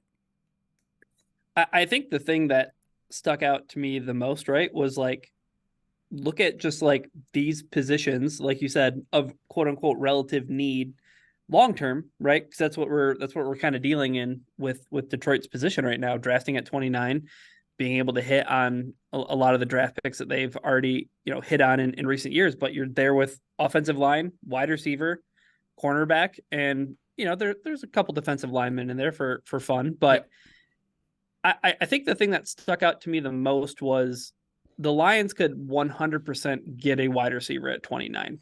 Like no moving required. Like, and I know we're going to take a look at our second mock draft where the player that we do draft at 29 here isn't available then, but like there were still other names that were available there. So if you're very concerned about the Lions losing Josh Reynolds and you're like, "Oh man, how are the Lions ever going to replace a player like Josh Reynolds?"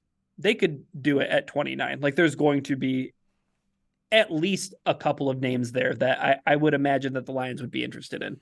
Yeah, and there are a lot of varying opinions on the cornerback class here, but Kool-Aid kind of stuck out as a guy that was very much in play here. I think he was the second highest rated guy on Pro Football Network's board that was still available. He's 27th. And so I don't know. I think a lot of people there's kind of a precipitous drop off after Terrion Arnold and Quinion Mitchell, and you wouldn't necessarily be wrong with that. I think Nate Wiggins was also already off the board here. So a lot of people are like, well, if you want to go get TJ Tampa or Kool-Aid or Lassiter, maybe you wait until 61. But I'm already kind of teasing it, but like a lot of the guys that we wanted here were not available at 61. In fact, every single one of these guys that I just named off, the 11 guys that we were considering, none of them lasted to 61. And so you're missing out on a tier here if you don't go corner, if you don't go really any of these positions, right? And so like this is what made it really challenging when we got to that second pick is like there's a tier here that I feel like lasts until maybe like the mid 40s. So is this an opportunity to either trade back or will the Lions get kind of greedy and think like, okay, well, we don't want to miss on this tier. Do we trade up from the second round into kind of the middle to top of that second round? And I think those are legitimate things that they might do. Yeah, that was something that you pointed out that, again, without doing this specific exercise of a mock draft, you don't really see like, hey, oh, look at this run of players from 30 to the mid 40s. There's 4 or 5 names that, a lot of Lions fans are talking about in all their mock drafts that it seems, like Brad Holmes maybe either would maybe move up to get into a spot like that or would entertain the idea of disappointing everybody on draft day on Thursday night and saying, no, we're not drafting at 29. See you tomorrow.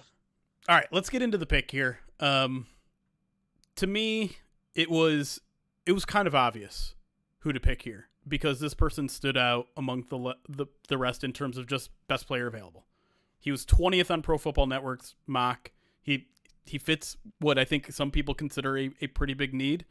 That's Brian Thomas, the wide receiver. To me, I don't think he's going to be there.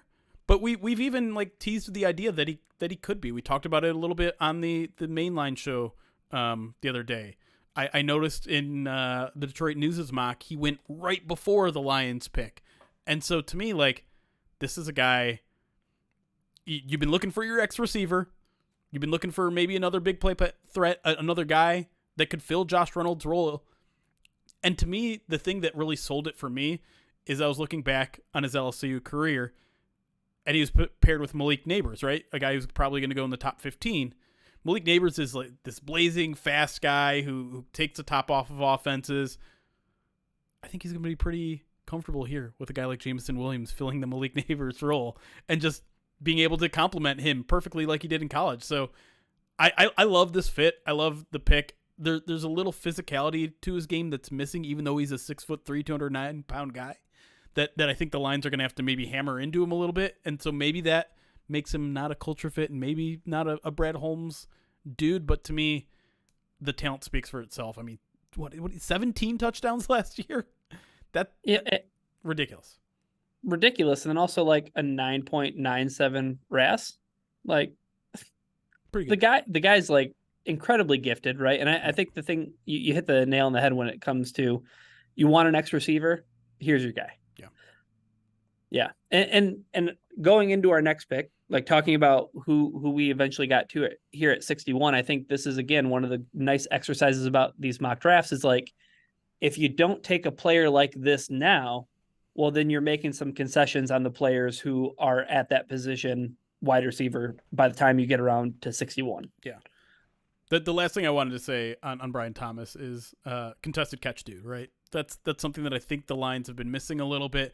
I know, and to me, it's not like he's able to separate too. This isn't a situation where he's like Marvin Jones, where it's like he's not getting any separation, but if you fit it in a window, he's going to catch it anyways. He's getting separation, and also if it's a bad throw and he has to come back and get it and contested catch it, he's going to. He finished 32nd in the nation in contested catch rate per PFF. So I want one of those dudes. This is your ADOT guy to replace Josh Reynolds, right? Like 100%. There's no drop off. Yep. All right, let's get into that second round pick 61. As I mentioned, all those guys we mentioned as options for 29 are all off the board. Also off the board, which are some popular names. Cooper Beebe is off the board. Zach Frazier, the center, is off the board. So our next list of candidates that we had here as potential picks at 61. Tight end Ben Sinnott, edge Braylon Trice, edge Marshawn Nealon, Braden Fisk, the defensive tackle, Mike Sainristil, the Michigan corner, and Wake Forest corner, Kalen Carson. Those are the six, is that right? Six that we considered. Yeah. And again, like, you're in another spot too, where it's like edge defenders. Yep. Lions could use a player like that. Hey, Brad Holmes has never been shy about, drafting a guy like, I'm not saying Aaron Donald, but an undersized defensive tackle who has some athleticism and pass rushing chops, and a guy like Braden Fisk. And I think that not going the Michigan cornerback was like the part of this exercise too, where it was like, let's learn about some other players, right? So yeah. I as a noted big Oakland Grizzly fan, I would be totally cool with Mike Sainristil here, right? Like that's I feel like that's a great pick, especially with what we gleaned from the owners' meetings and wanting to have more positional versatility with Brian Branch moving him back to safety. There's a role to draft a nickel corner at 61, and that would be a great spot to get a guy like that. However, we ended up going with Wake Forest's Kalen Carson, a guy who I think, Jeremy, upon doing some research, totally fits the mold for not only a Dan Campbell guy, but I think somebody who, as this defense wants to become more man coverage heavy, this guy seems to fit the bill. Yeah, and I know a lot of people are going to scream this is a reach, and maybe it is. And I also want to be clear. You were like, we're drafting Sainristil, right? And I'm like, I don't want to. It's boring. And I listen, those defensive linemen too, 100% in play here. But this was a little bit more about getting to know these players a little bit more. And Kalen Carson is a guy that, I've seen projections anywhere from second round to fifth round. Pro Football Network had him, I think, in the 70s. So it seemed like okay value there. But a lot of people aren't as high as on him. But to me, it's all about the fit, right? It's all about the football character. It's all about the intangibles, because we know that the Lions value those sort of things. And so, again, like I understand most people are going to say it's reach and whatever, but like tough, physical, 6', 195, supreme run defender, 83.4 run defense grade per PFF last year. And like you said, just a pure man guy who I think is going to fit. And the thing that I love about him most is he still seems a little bit unpolished. So landing in Detroit is almost a perfect situation for him. We don't have to throw him right into a starting role. There are players that are capable of starting already on this roster. So you get him in, you get him comfortable into your scheme. Maybe you start putting him in a role towards the end of the season, and then year two he hits the ground running as a long-term need for this team, right? You don't have guys that are signed to long-term deals here. And so to me, like, yeah, maybe a little bit of a reach, but it's just, to me, he's an intriguing prospect that isn't getting talked about enough. He's such a good fit for what the Lions want to do that maybe he's a better fit for the Lions' third-round pick, which is, it's only 12 picks later, right? We're talking 61 versus 73. And so if you're okay with picking him at 73 and you think this is a crazy reach at 61, I think you're overreacting. But to get, like, the other thing to think about here too is, like, after 73, you're not picking you're sitting there for 4 hours sitting on your hands, right? You're not picking until the 5th round. So if you want a guy that you believe is in this range of talent, and listen, there are other corners that we probably could have picked too, but I just really like the fit of Kalen Carson so much that I jumped the gun here, but I was really excited about this pick. Yeah, it's an interesting prospect to think about. Again, like you said, the Lions going corner here, and the quality of corner that you get here versus the quality of corner you get, so many picks later. Yeah. And the of the other guys that we considered, like, I think this is the good time to talk about a guy like Marshawn Nealon, right? Hey, I love the player. I think he's great. I think that he's really redundant when it comes to figuring out who Josh Pascal is. Yeah. Right. And I think that when we were kind of having this discussion too about like, okay, like, hey, if the Lions want to take an edge player here, right? This is another, you talk about two positions like edge and corner. After round 1 and round 2, you're really like, it's a developmental prospect. Yep. It's a guy that, is going to take some time to mature and percolate before. But the Lions have the luxury, like you said, to do that with cornerback because they have some guys ahead of him. It's an interesting pick, and we were both on board with it. Let's talk about 73 though, because this is a guy that I feel like is probably on even less people's radars because his own university's school doesn't even know exactly where he lines up. Yeah. Yeah. Worth noting, all of the guys we just listed were still available outside of Braylon Trice. He went before then. So, I mean, listen, Braden Fisk is another guy that we probably should have talked a little bit more about. But again, like, the Lions have invested in 3 techs now. All right, they have TJ Reader. Aleem McNeil is a guy that they probably are going to re-sign at some point. I like Braden Fisk a lot, and his athletic numbers are ridiculous, and he could very well be the guy. Again, like, I don't want to read too much into what the Lions currently have, because we know that if Brad Holmes just really likes a guy, he's going to take him. So all these guys, all on the board. But again, this mock draft was a little bit leaning towards guys that we felt people should know more about. And so we can just jump right into him. Yale offensive tackle / guard, Karan. I'm going to mess it up again. Amagaji. Nailed it, I think. A really fascinating prospect. There's a whole article that Dane Brugler wrote about him. Relatively new to football, but we're pretty sure at left guard 2 years ago at Yale, although a couple other publications said he started at right guard. He's been their left tackle for the past 2 years. What do you like about him? Just in terms of like a prospect who I think makes a ton of sense for the Detroit Lions specifically. And I'll tell you why. Because his offensive line coach at Yale, I thought this was an awesome quote from the Wheeler, from the Dane Brugler article. Yeah. Talking about, hey, you get this guy now, and at this point in his football career, he can step in and play guard. And I think that's the clearest path to quote unquote playing time for a guy who is as green as Amagaji is. But his offensive line coach was like, long term, like you're getting an offensive tackle.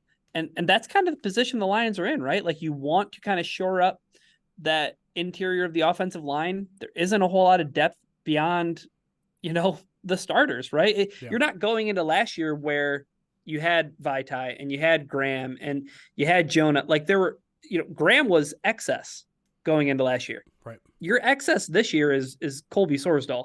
Right. Still a very much in a work in progress, and Coyote, Iwashika, again, developmental guys. I think there's no harm, Jeremy, in drafting a developmental guy who has upside to be your starting left or right tackle.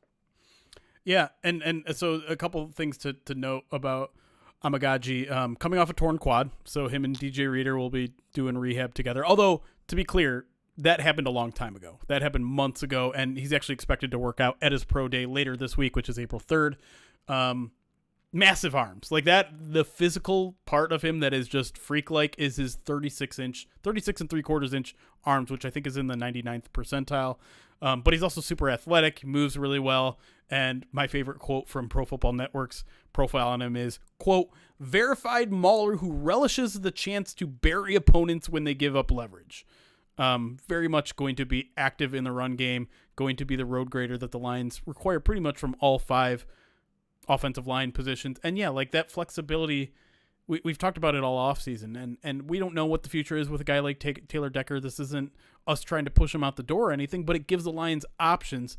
And again, like I think a lot of people are going to look at our haul and say, okay, Brian Thomas is probably going to start right away and give you a lot of contributions.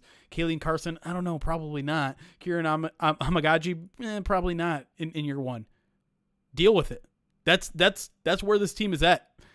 You have to start drafting for the future, and whether Hamagaji would be your future right guard, or left tackle, I think he's capable of doing all those things. So why not draft him in the 3rd round, give him a year to incubate, figure out where he's best at, and then he'll hit the ground running in 2025. I think that's a great use of your 3rd round pick, honestly. Yeah. And I know there's a little bit of a leap here, right? You're talking about a guy who played at the FCS level, right? You played at an Ivy League school. So there's a big leap there, right? But again, that Brugler article, I suggest everybody go and check it out. But like, I mean, this isn't a guy who's like, hey, I have 36-inch long arms. I'll figure it out. No, like, it was mentioned like workout sessions with Willie Anderson, former 13-year NFL veteran lineman. When he came back to campus, he was grinding in the film room with his offensive line coach. He went to Yale. He's smart. Yeah, right. Smarter than the people who input where he lined up, apparently. But anyways, Jeremy, I think to your point though, like this is the new way that business is going to be done in the draft. Yeah. So get used to it. So like I'm looking at the overhaul and I feel pretty good about it.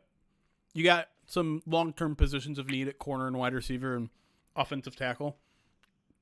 I think people might come away disappointed that they didn't invest in the defensive line, which is something they've pretty much done every draft so far.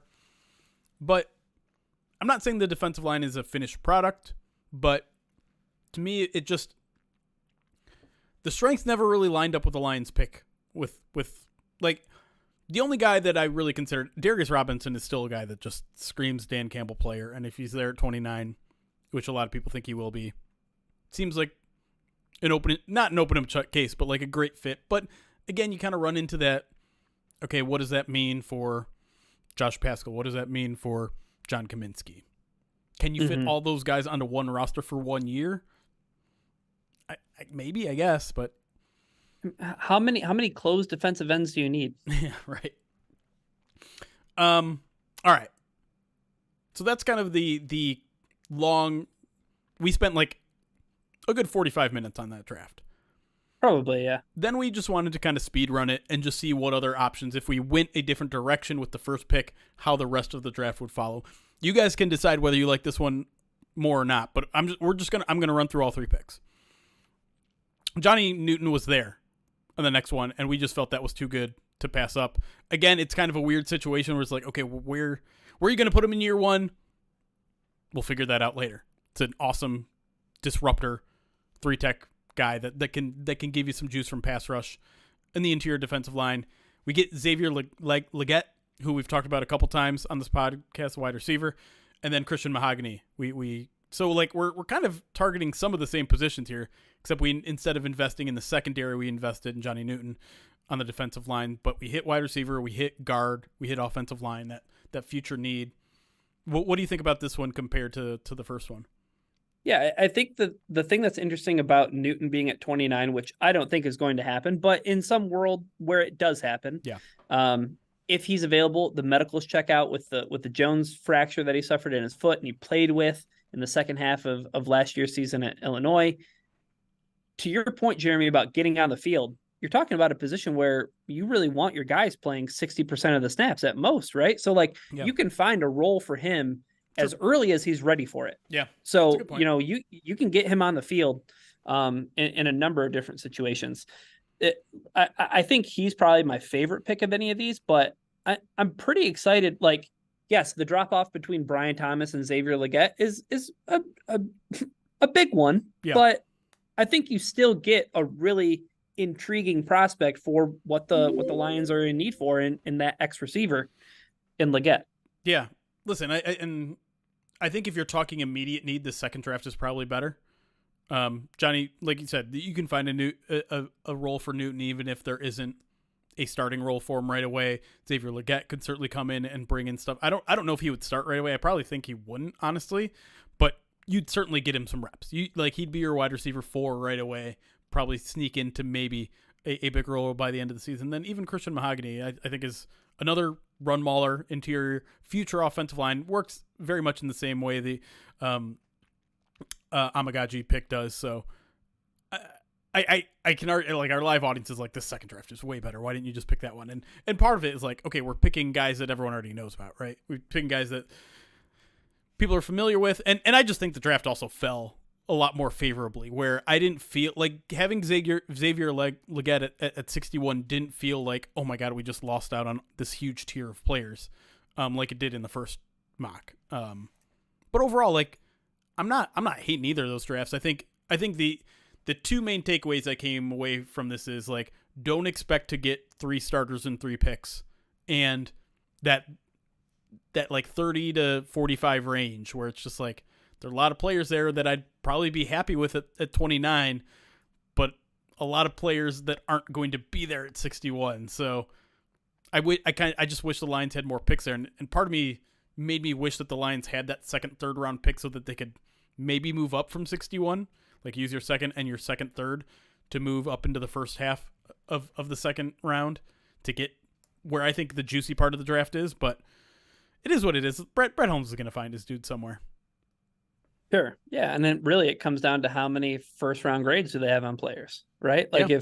if they have those, like last year with Sam Laporta and Brian Branch, if there is a first round grade on a guy, like, Brad Holmes is not going to shy away from trading up and making that happen. The one last observation I have about our drafts, and both of them really, I mean, like, a guy like Legette, not a ton of experience. Yeah. Yeah. A guy like One-year wonder. Amagaji, FCS player, right? Like, I have zero concerns with drafting those kind of players, though, with this coaching staff, right? Like, in yesteryear, hey, like, maybe I'm a little bit concerned that there isn't a ton of college production or tape or experience. But if they're players who fit the mold of what this organization is looking to get, I trust the coaching staff to do what they've been doing best, and to coach up talent. Well, there you have it. We've done a mock draft. The floodgates are now opened.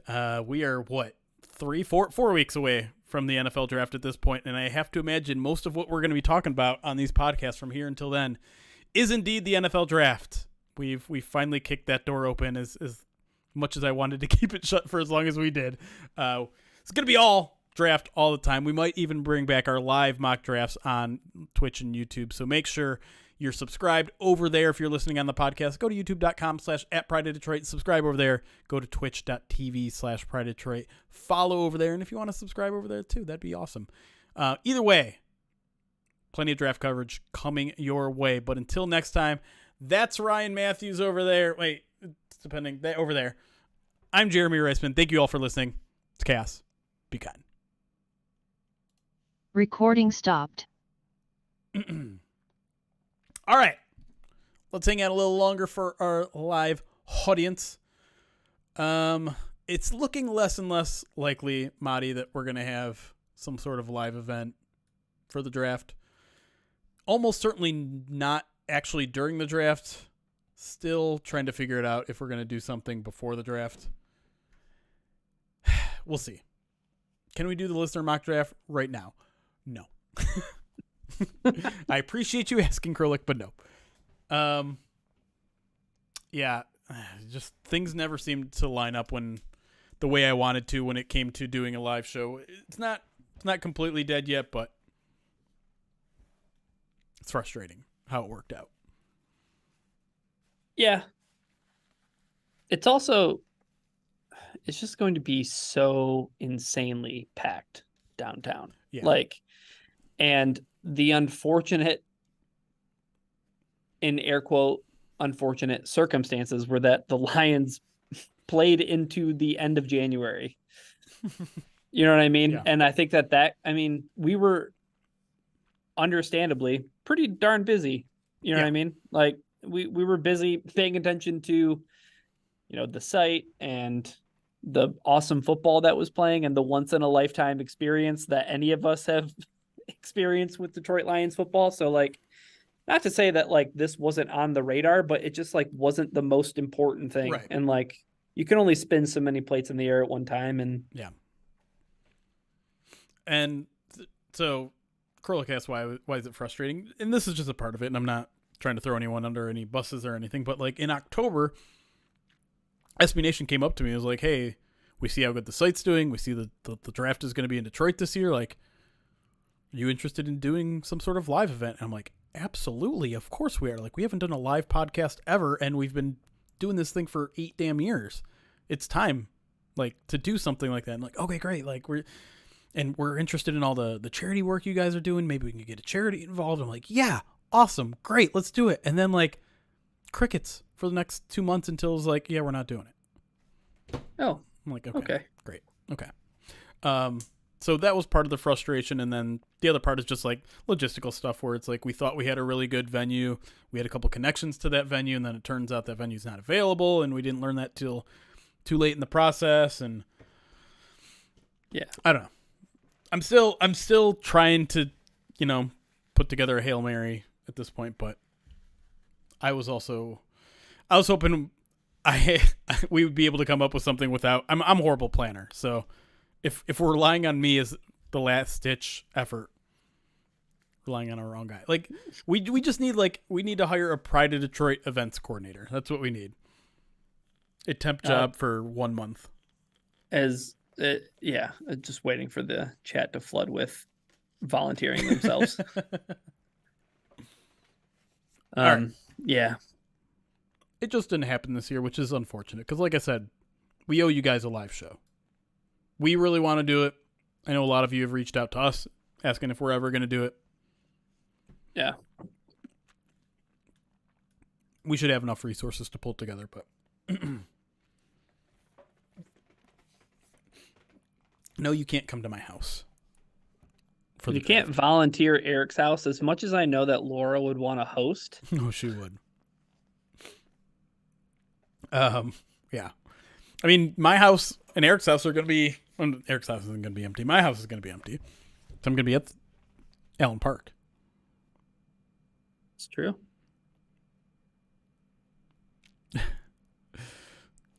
RGA pointing out this.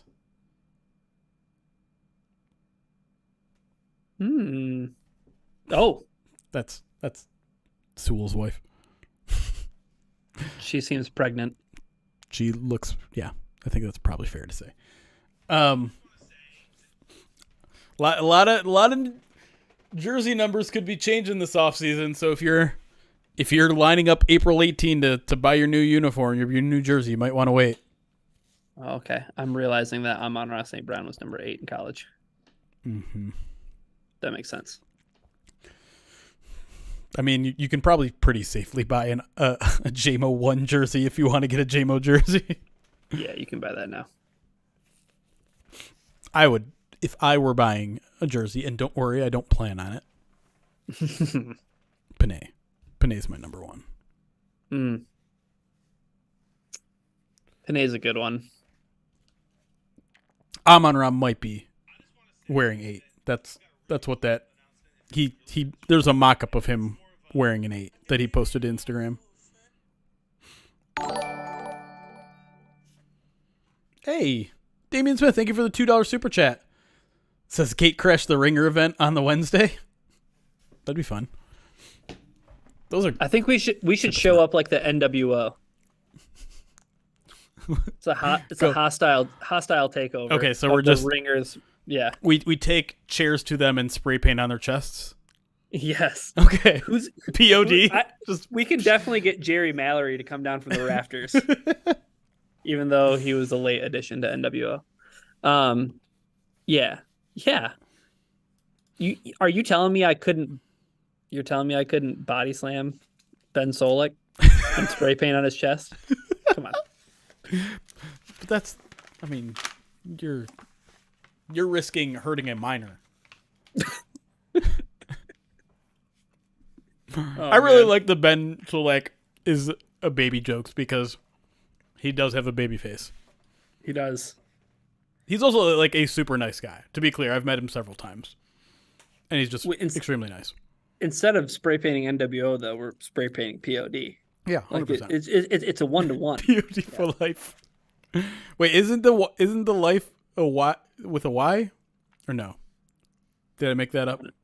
You might have, but we can do whatever we want. Yeah, let's start. POD for life's in the chat with the 4, and I like the pointing emoji that Drew Falcon used. Ragnar jerseys are safe too. Like, I know the whole toe thing, but like, nobody's ever going to be upset at you for ever having a Frank Ragnar jersey. Yeah, that is a lifetime jersey. All-time good guy and great football player. I will not be live streaming from Allen Park. I might join at the end of each night. But I think the plan is to still have the live video stream hosted by the fellas. How much longer is the recording room named after you? So the contest happens at the end of OTAs. So early June. That's, of course, assuming I don't 2-peat. Become the first ever 2-peater.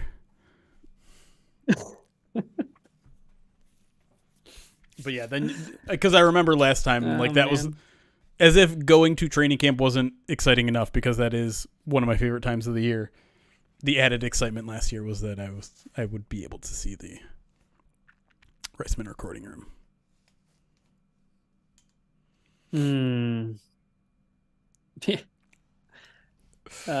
Dank Ample Dynasty ? That's right. Listen. The year before, I was tied for first place going into the final event.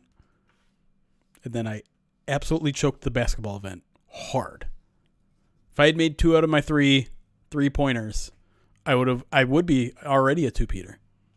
If I had just made 1, it would have come down to a 40-yard dash that I could have participated in, but I choked that. Captain James T. Kirk says that you need walk-up music and a championship belt for this year. I'm not gonna. I think if you show up with big gold, the WCW belt strapped over your shoulder, and you walk into Allen Park like that, there's a certain amount of swagger that might intimidate the rest of the beat. I love the idea. I will also somewhat embarrassingly admit that I've already thought about, because like, if you watch the video of last year's event, like at the very end, they like congratulate me, and then like there was kind of this awkward thing where it's like, okay, do I have to say something now? Like, am I supposed to like have a speech? I've already thought about a speech for next year. Even though there isn't room for a speech next year, I don't know. There will be one. Yeah, I'm gonna make one. Right? And I already know exactly what I want to do, and I think it's really funny. But the problem is, I always think I'm very funny, and I'm not sure anyone else agrees. And there's also that thing where you have to like go out and win. Yeah. Oh yeah. I guess. I mean, that's Who's gonna beat me? Dude, clip that. Send it to tag every beat writer right now. I got a chip on my shoulder because someone. I think I told you this, and I'm not going to say who it was who said this, but like he said it to me, and he's like, "Yeah, like when I heard that you won, I was like, what?" And then he's like, I told my buddy, I'm like, if I gave you 20 guesses, you would never guess who won. And I get it. Listen, I'm a short Jewish man. That's not usually the athletic profile of someone.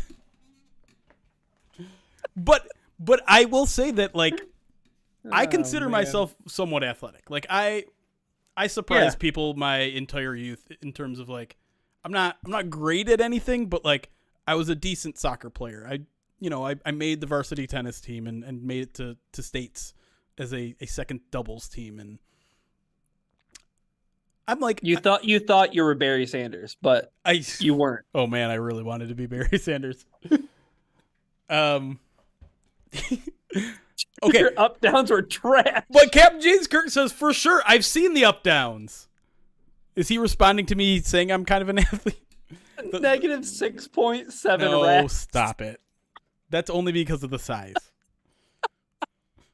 I've got at least a 9.5 RAS as a kicker. How conflicted are you based on that? You have to lower your standards. For a professional athlete, yes. Nah, I can throw a football. I can catch a football. That like all the basic like sports needs. I'm above average at. In terms of like normal population. Yeah. Like normies. Yeah. Yeah. Yeah.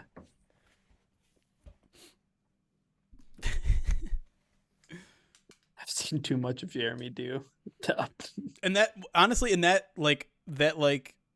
wide variety of things that I'm okay at, rather than like specializing in one thing, that works in my advantage with things like this because I have to catch, I have to throw, I have to kick, and I'm capable at all those things. Captain James T. Kirk, Jeremy versus Badgley versus Fox Combine, please. If anyone from the lines is currently watching, I refuse. They got rid of / it was never a part of the competition. The on the green closest to the pin. They did that. What year did they do that? I think they did. I think they did it like the first year they ever did it, right? Yeah. And it was like official. Yeah, and like no one got on the green. Yeah. Can you imagine if they just let everybody from Pride of Detroit do the thing? You know what I mean? Like if we like kind of like subcontracted out all the roles, like Hamza comes in to punt. That's a win. Yeah. Are you saying you come in to play golf? Yeah, put it in the hole. But again, that's like another thing. Like I'm a capable golfer. I'm not good at it, but like, yeah, you can do it. I can hit a ball 200 yards if I need to. Yeah. I'm just saying. Sweaty doofus. We don't believe you. Stop trying to convince us you're an athlete. I'll beat anyone in chat in tennis right now. Literally any person in either chat. Come down to Ipsy. And pickleball, too. I'll meet you at the Chippewa Club. You're done. You're done. You're done. Not table tennis. And none of this pickleball garbage. Ooh. Jeremy, noted non-pickleball enthusiast. A tennis traditionalist, some might say.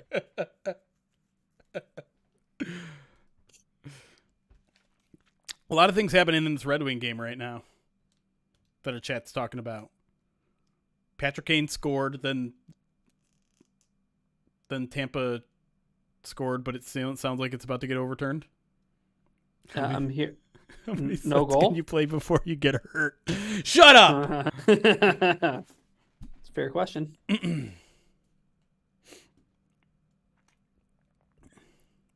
The Flyers make a change in net, and Ivan Fedotov is making his NHL debut. He's 6'7". What? He's tied for the. Is it mathematically possible to score on him? Oh my god! The tallest goalie in NHL history. I didn't know Dan Skipper played hockey. That's fantastic.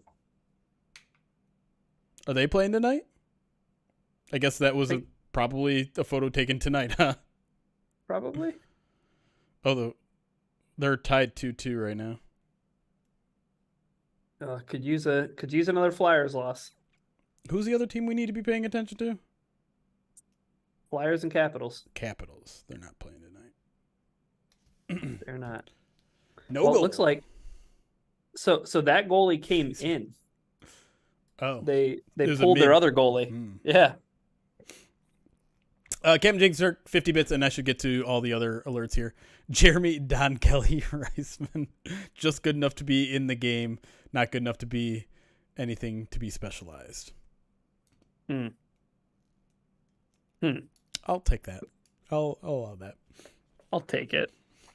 I played professional. I played organized roller hockey during my high school days, going a little bit into my college days. Scored a goal on my first ever career shift. True story. It's all downhill from there, bud. Yeah. Blocked a shot, was on a breakaway. It was great. Oh, wow. Getting active. Defense to offense, huh? That's right. We don't need to talk about the rest of my hockey career because I may have broken my wrist in the very first season, too. Speaking of which, I saw Harry tweet something about how he's trying to train for old-timey baseball. Mm-hmm. It is old-timey baseball season coming up.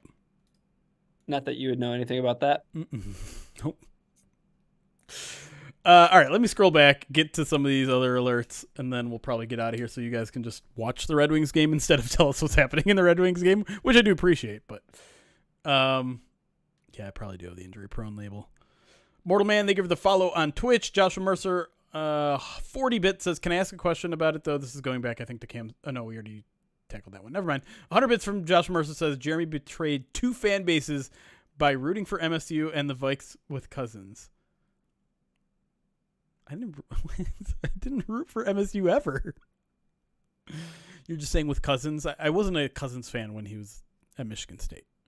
Let's be clear. And that already put him behind the 8 ball when it came to the professional game. He's just so good that he made me forget he was a Spartan. Wow.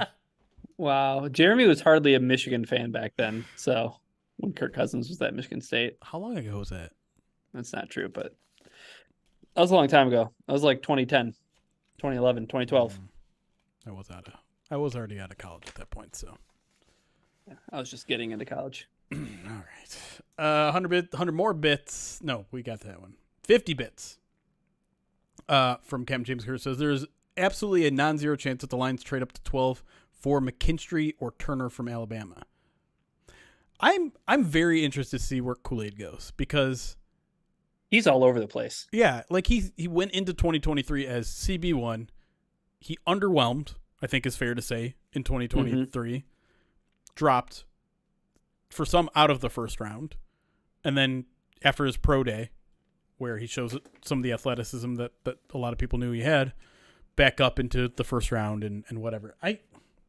To me, if you drop because of your tape in 1 year, I'm very concerned about that. I have to go back and watch it myself, but I don't know. I'm a little concerned. I see. Kind of not the same because we're still talking about Kool-Aid as being a first round guy potentially, but like it's kind of like Keely Ringo. We brought that up, like the cornerback from Georgia who started out as like CB1 going into the 2023 draft season. And then by the time the college season was over, he ended up as a 4th round pick to Philadelphia. So I'd like to go and watch this 2023 tape. Just spend a day. If anyone's got Kool-Aid McKinstry all 22 tape. Because I hate that's a really tough thing about looking at corners is you need the all 22. Yeah. You do. I didn't realize what Captain James Kirk was doing with that, which was the 12th overall pick, drafting an Alabama guy. Okay. Yeah, when you took a brief break to go grab some water, there was somebody who suggested doing a mock draft where you trade up to 12. I mean, he could do it. I'm not putting anything past Holmes at this point. It just seems like that would leave them with so few. I can't put the right words together. So little draft capital, overall draft capital comparison to the previous 3 years, right? Yeah, and like so few resources when you've been doing things a certain way all the way up to this point to then all of a sudden be like, well, zag. Right. It's like, hey, draft But picks doing this thing the right way, doing this thing the right way. Push all your chips in and get number 12. It's like, whoa, what? right. Which is why Um, maybe the local maybe it crowd will would love happen. it. Yeah. Maybe it'll happen, but also like maybe the local crowd won't like it. But maybe the Lions want more than 3 day 1 and 2 picks, and they trade out of 31 or 29. I mean, from doing the mock draft, like Makes I'm all sense. about it. Yeah. You move back from 29 to 35. But what can you get for that? Can you get a third? That's a lot. I don't think that's not enough.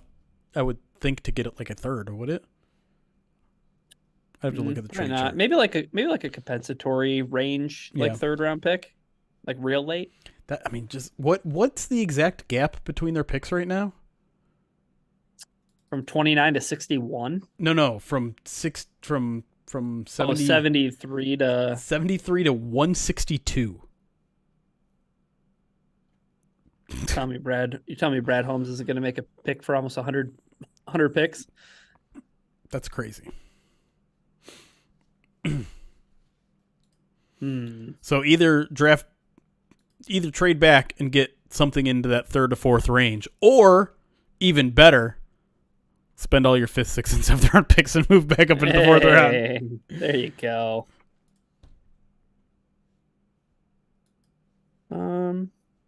Yeah, I mean, like in theory, like from this draft value trade chart, 29 with a value of 640. A late third round pick, like compensatory kind of area, like you're talking about like 10, 112, 108, 104, 100. Add that to a pick that's like, say Washington at 40. Washington is 500, valued at 500 points versus Detroit at 640. Mm-hmm. So, yeah, I mean, I think you could definitely move into like the late 30s and pick up a third round pick. Okay. A late third round pick. There you go. I don't know who that team would be. Do Maybe that. Look, it's Washington. Do Washington that. has picked 40 and pick 100. All Would right. you trade 29 for 40 and 100?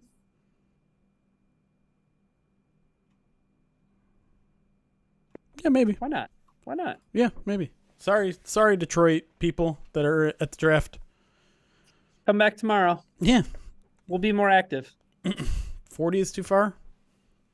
40 is too far, huh? 11 spots. 11 spots is too many. I don't know. It would be weird to cover. Like, what would I even do that entire day? I'd just be sitting in Allen Park for 6 hours, my feet up. Like, I guess I gotta write a best players available for tomorrow article, and that's it. Yeah. Oh, all right. I think I'm about to head out of here because I have to be back at this place in 11 hours. Okay. You sure you don't want to just stay there? I'm like legitimately thinking about getting a cat. I went home today because track practice ended at like 4:30. I went home so I could see my kids today. Otherwise, I would not have seen them. Jeez. So now I'm gonna go home and see my wife. Cam Jaser also gave 50 bits, says I want Kieran Tamagotchi, future name bracket champion. Also gave another 50 bits and says what I wouldn't give for the Lions to give beat writers the Skipper Madden treatment. That was a kind of a funny video if you didn't see it. They had Dan Skipper playing every position in Madden and doing everything. I don't know where it came from. Was it his birthday or something? I don't know why they did it.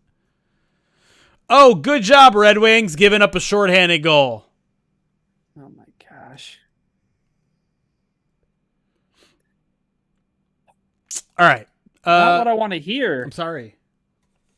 Let's get out of here. Do you guys want to go somewhere, or you just want to end it? Hold on. Is it under review again? I don't know. Because I just got the update that says on ice official video review. Oh. Joshua says maybe I didn't see it cross the line in any view. Oh, that was a Skipper re-signing article? They're saying, yeah, it's under review or not necessarily a goal. we'll just end stream though. Oh yeah. Okay. I'll let you guys know about a midweek mailbag. I haven't talked to Eric about it. I think I'll try to set up some sort of first bite. Talk more about the Lions free agency series because I like those series. So maybe we'll do one or two more of those and then kind of shift over to draft talk in terms of first bite if we do one of those. Yeah. Yeah. Any final words? Go Red Wings. We did that last time we did. We dismounted with the Let's Go Red Wings and then they lost like 5-0. That night. Okay. We got to change it up.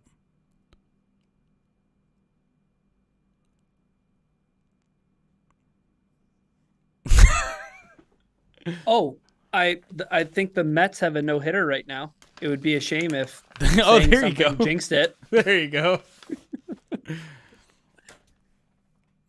Tune in to the Mets no-hitter right now. Yeah, go check it out. It's a no-hitter. When was the last time you saw one of those? No goal. Great. All right, we'll see you guys later. Thanks for joining. I hope you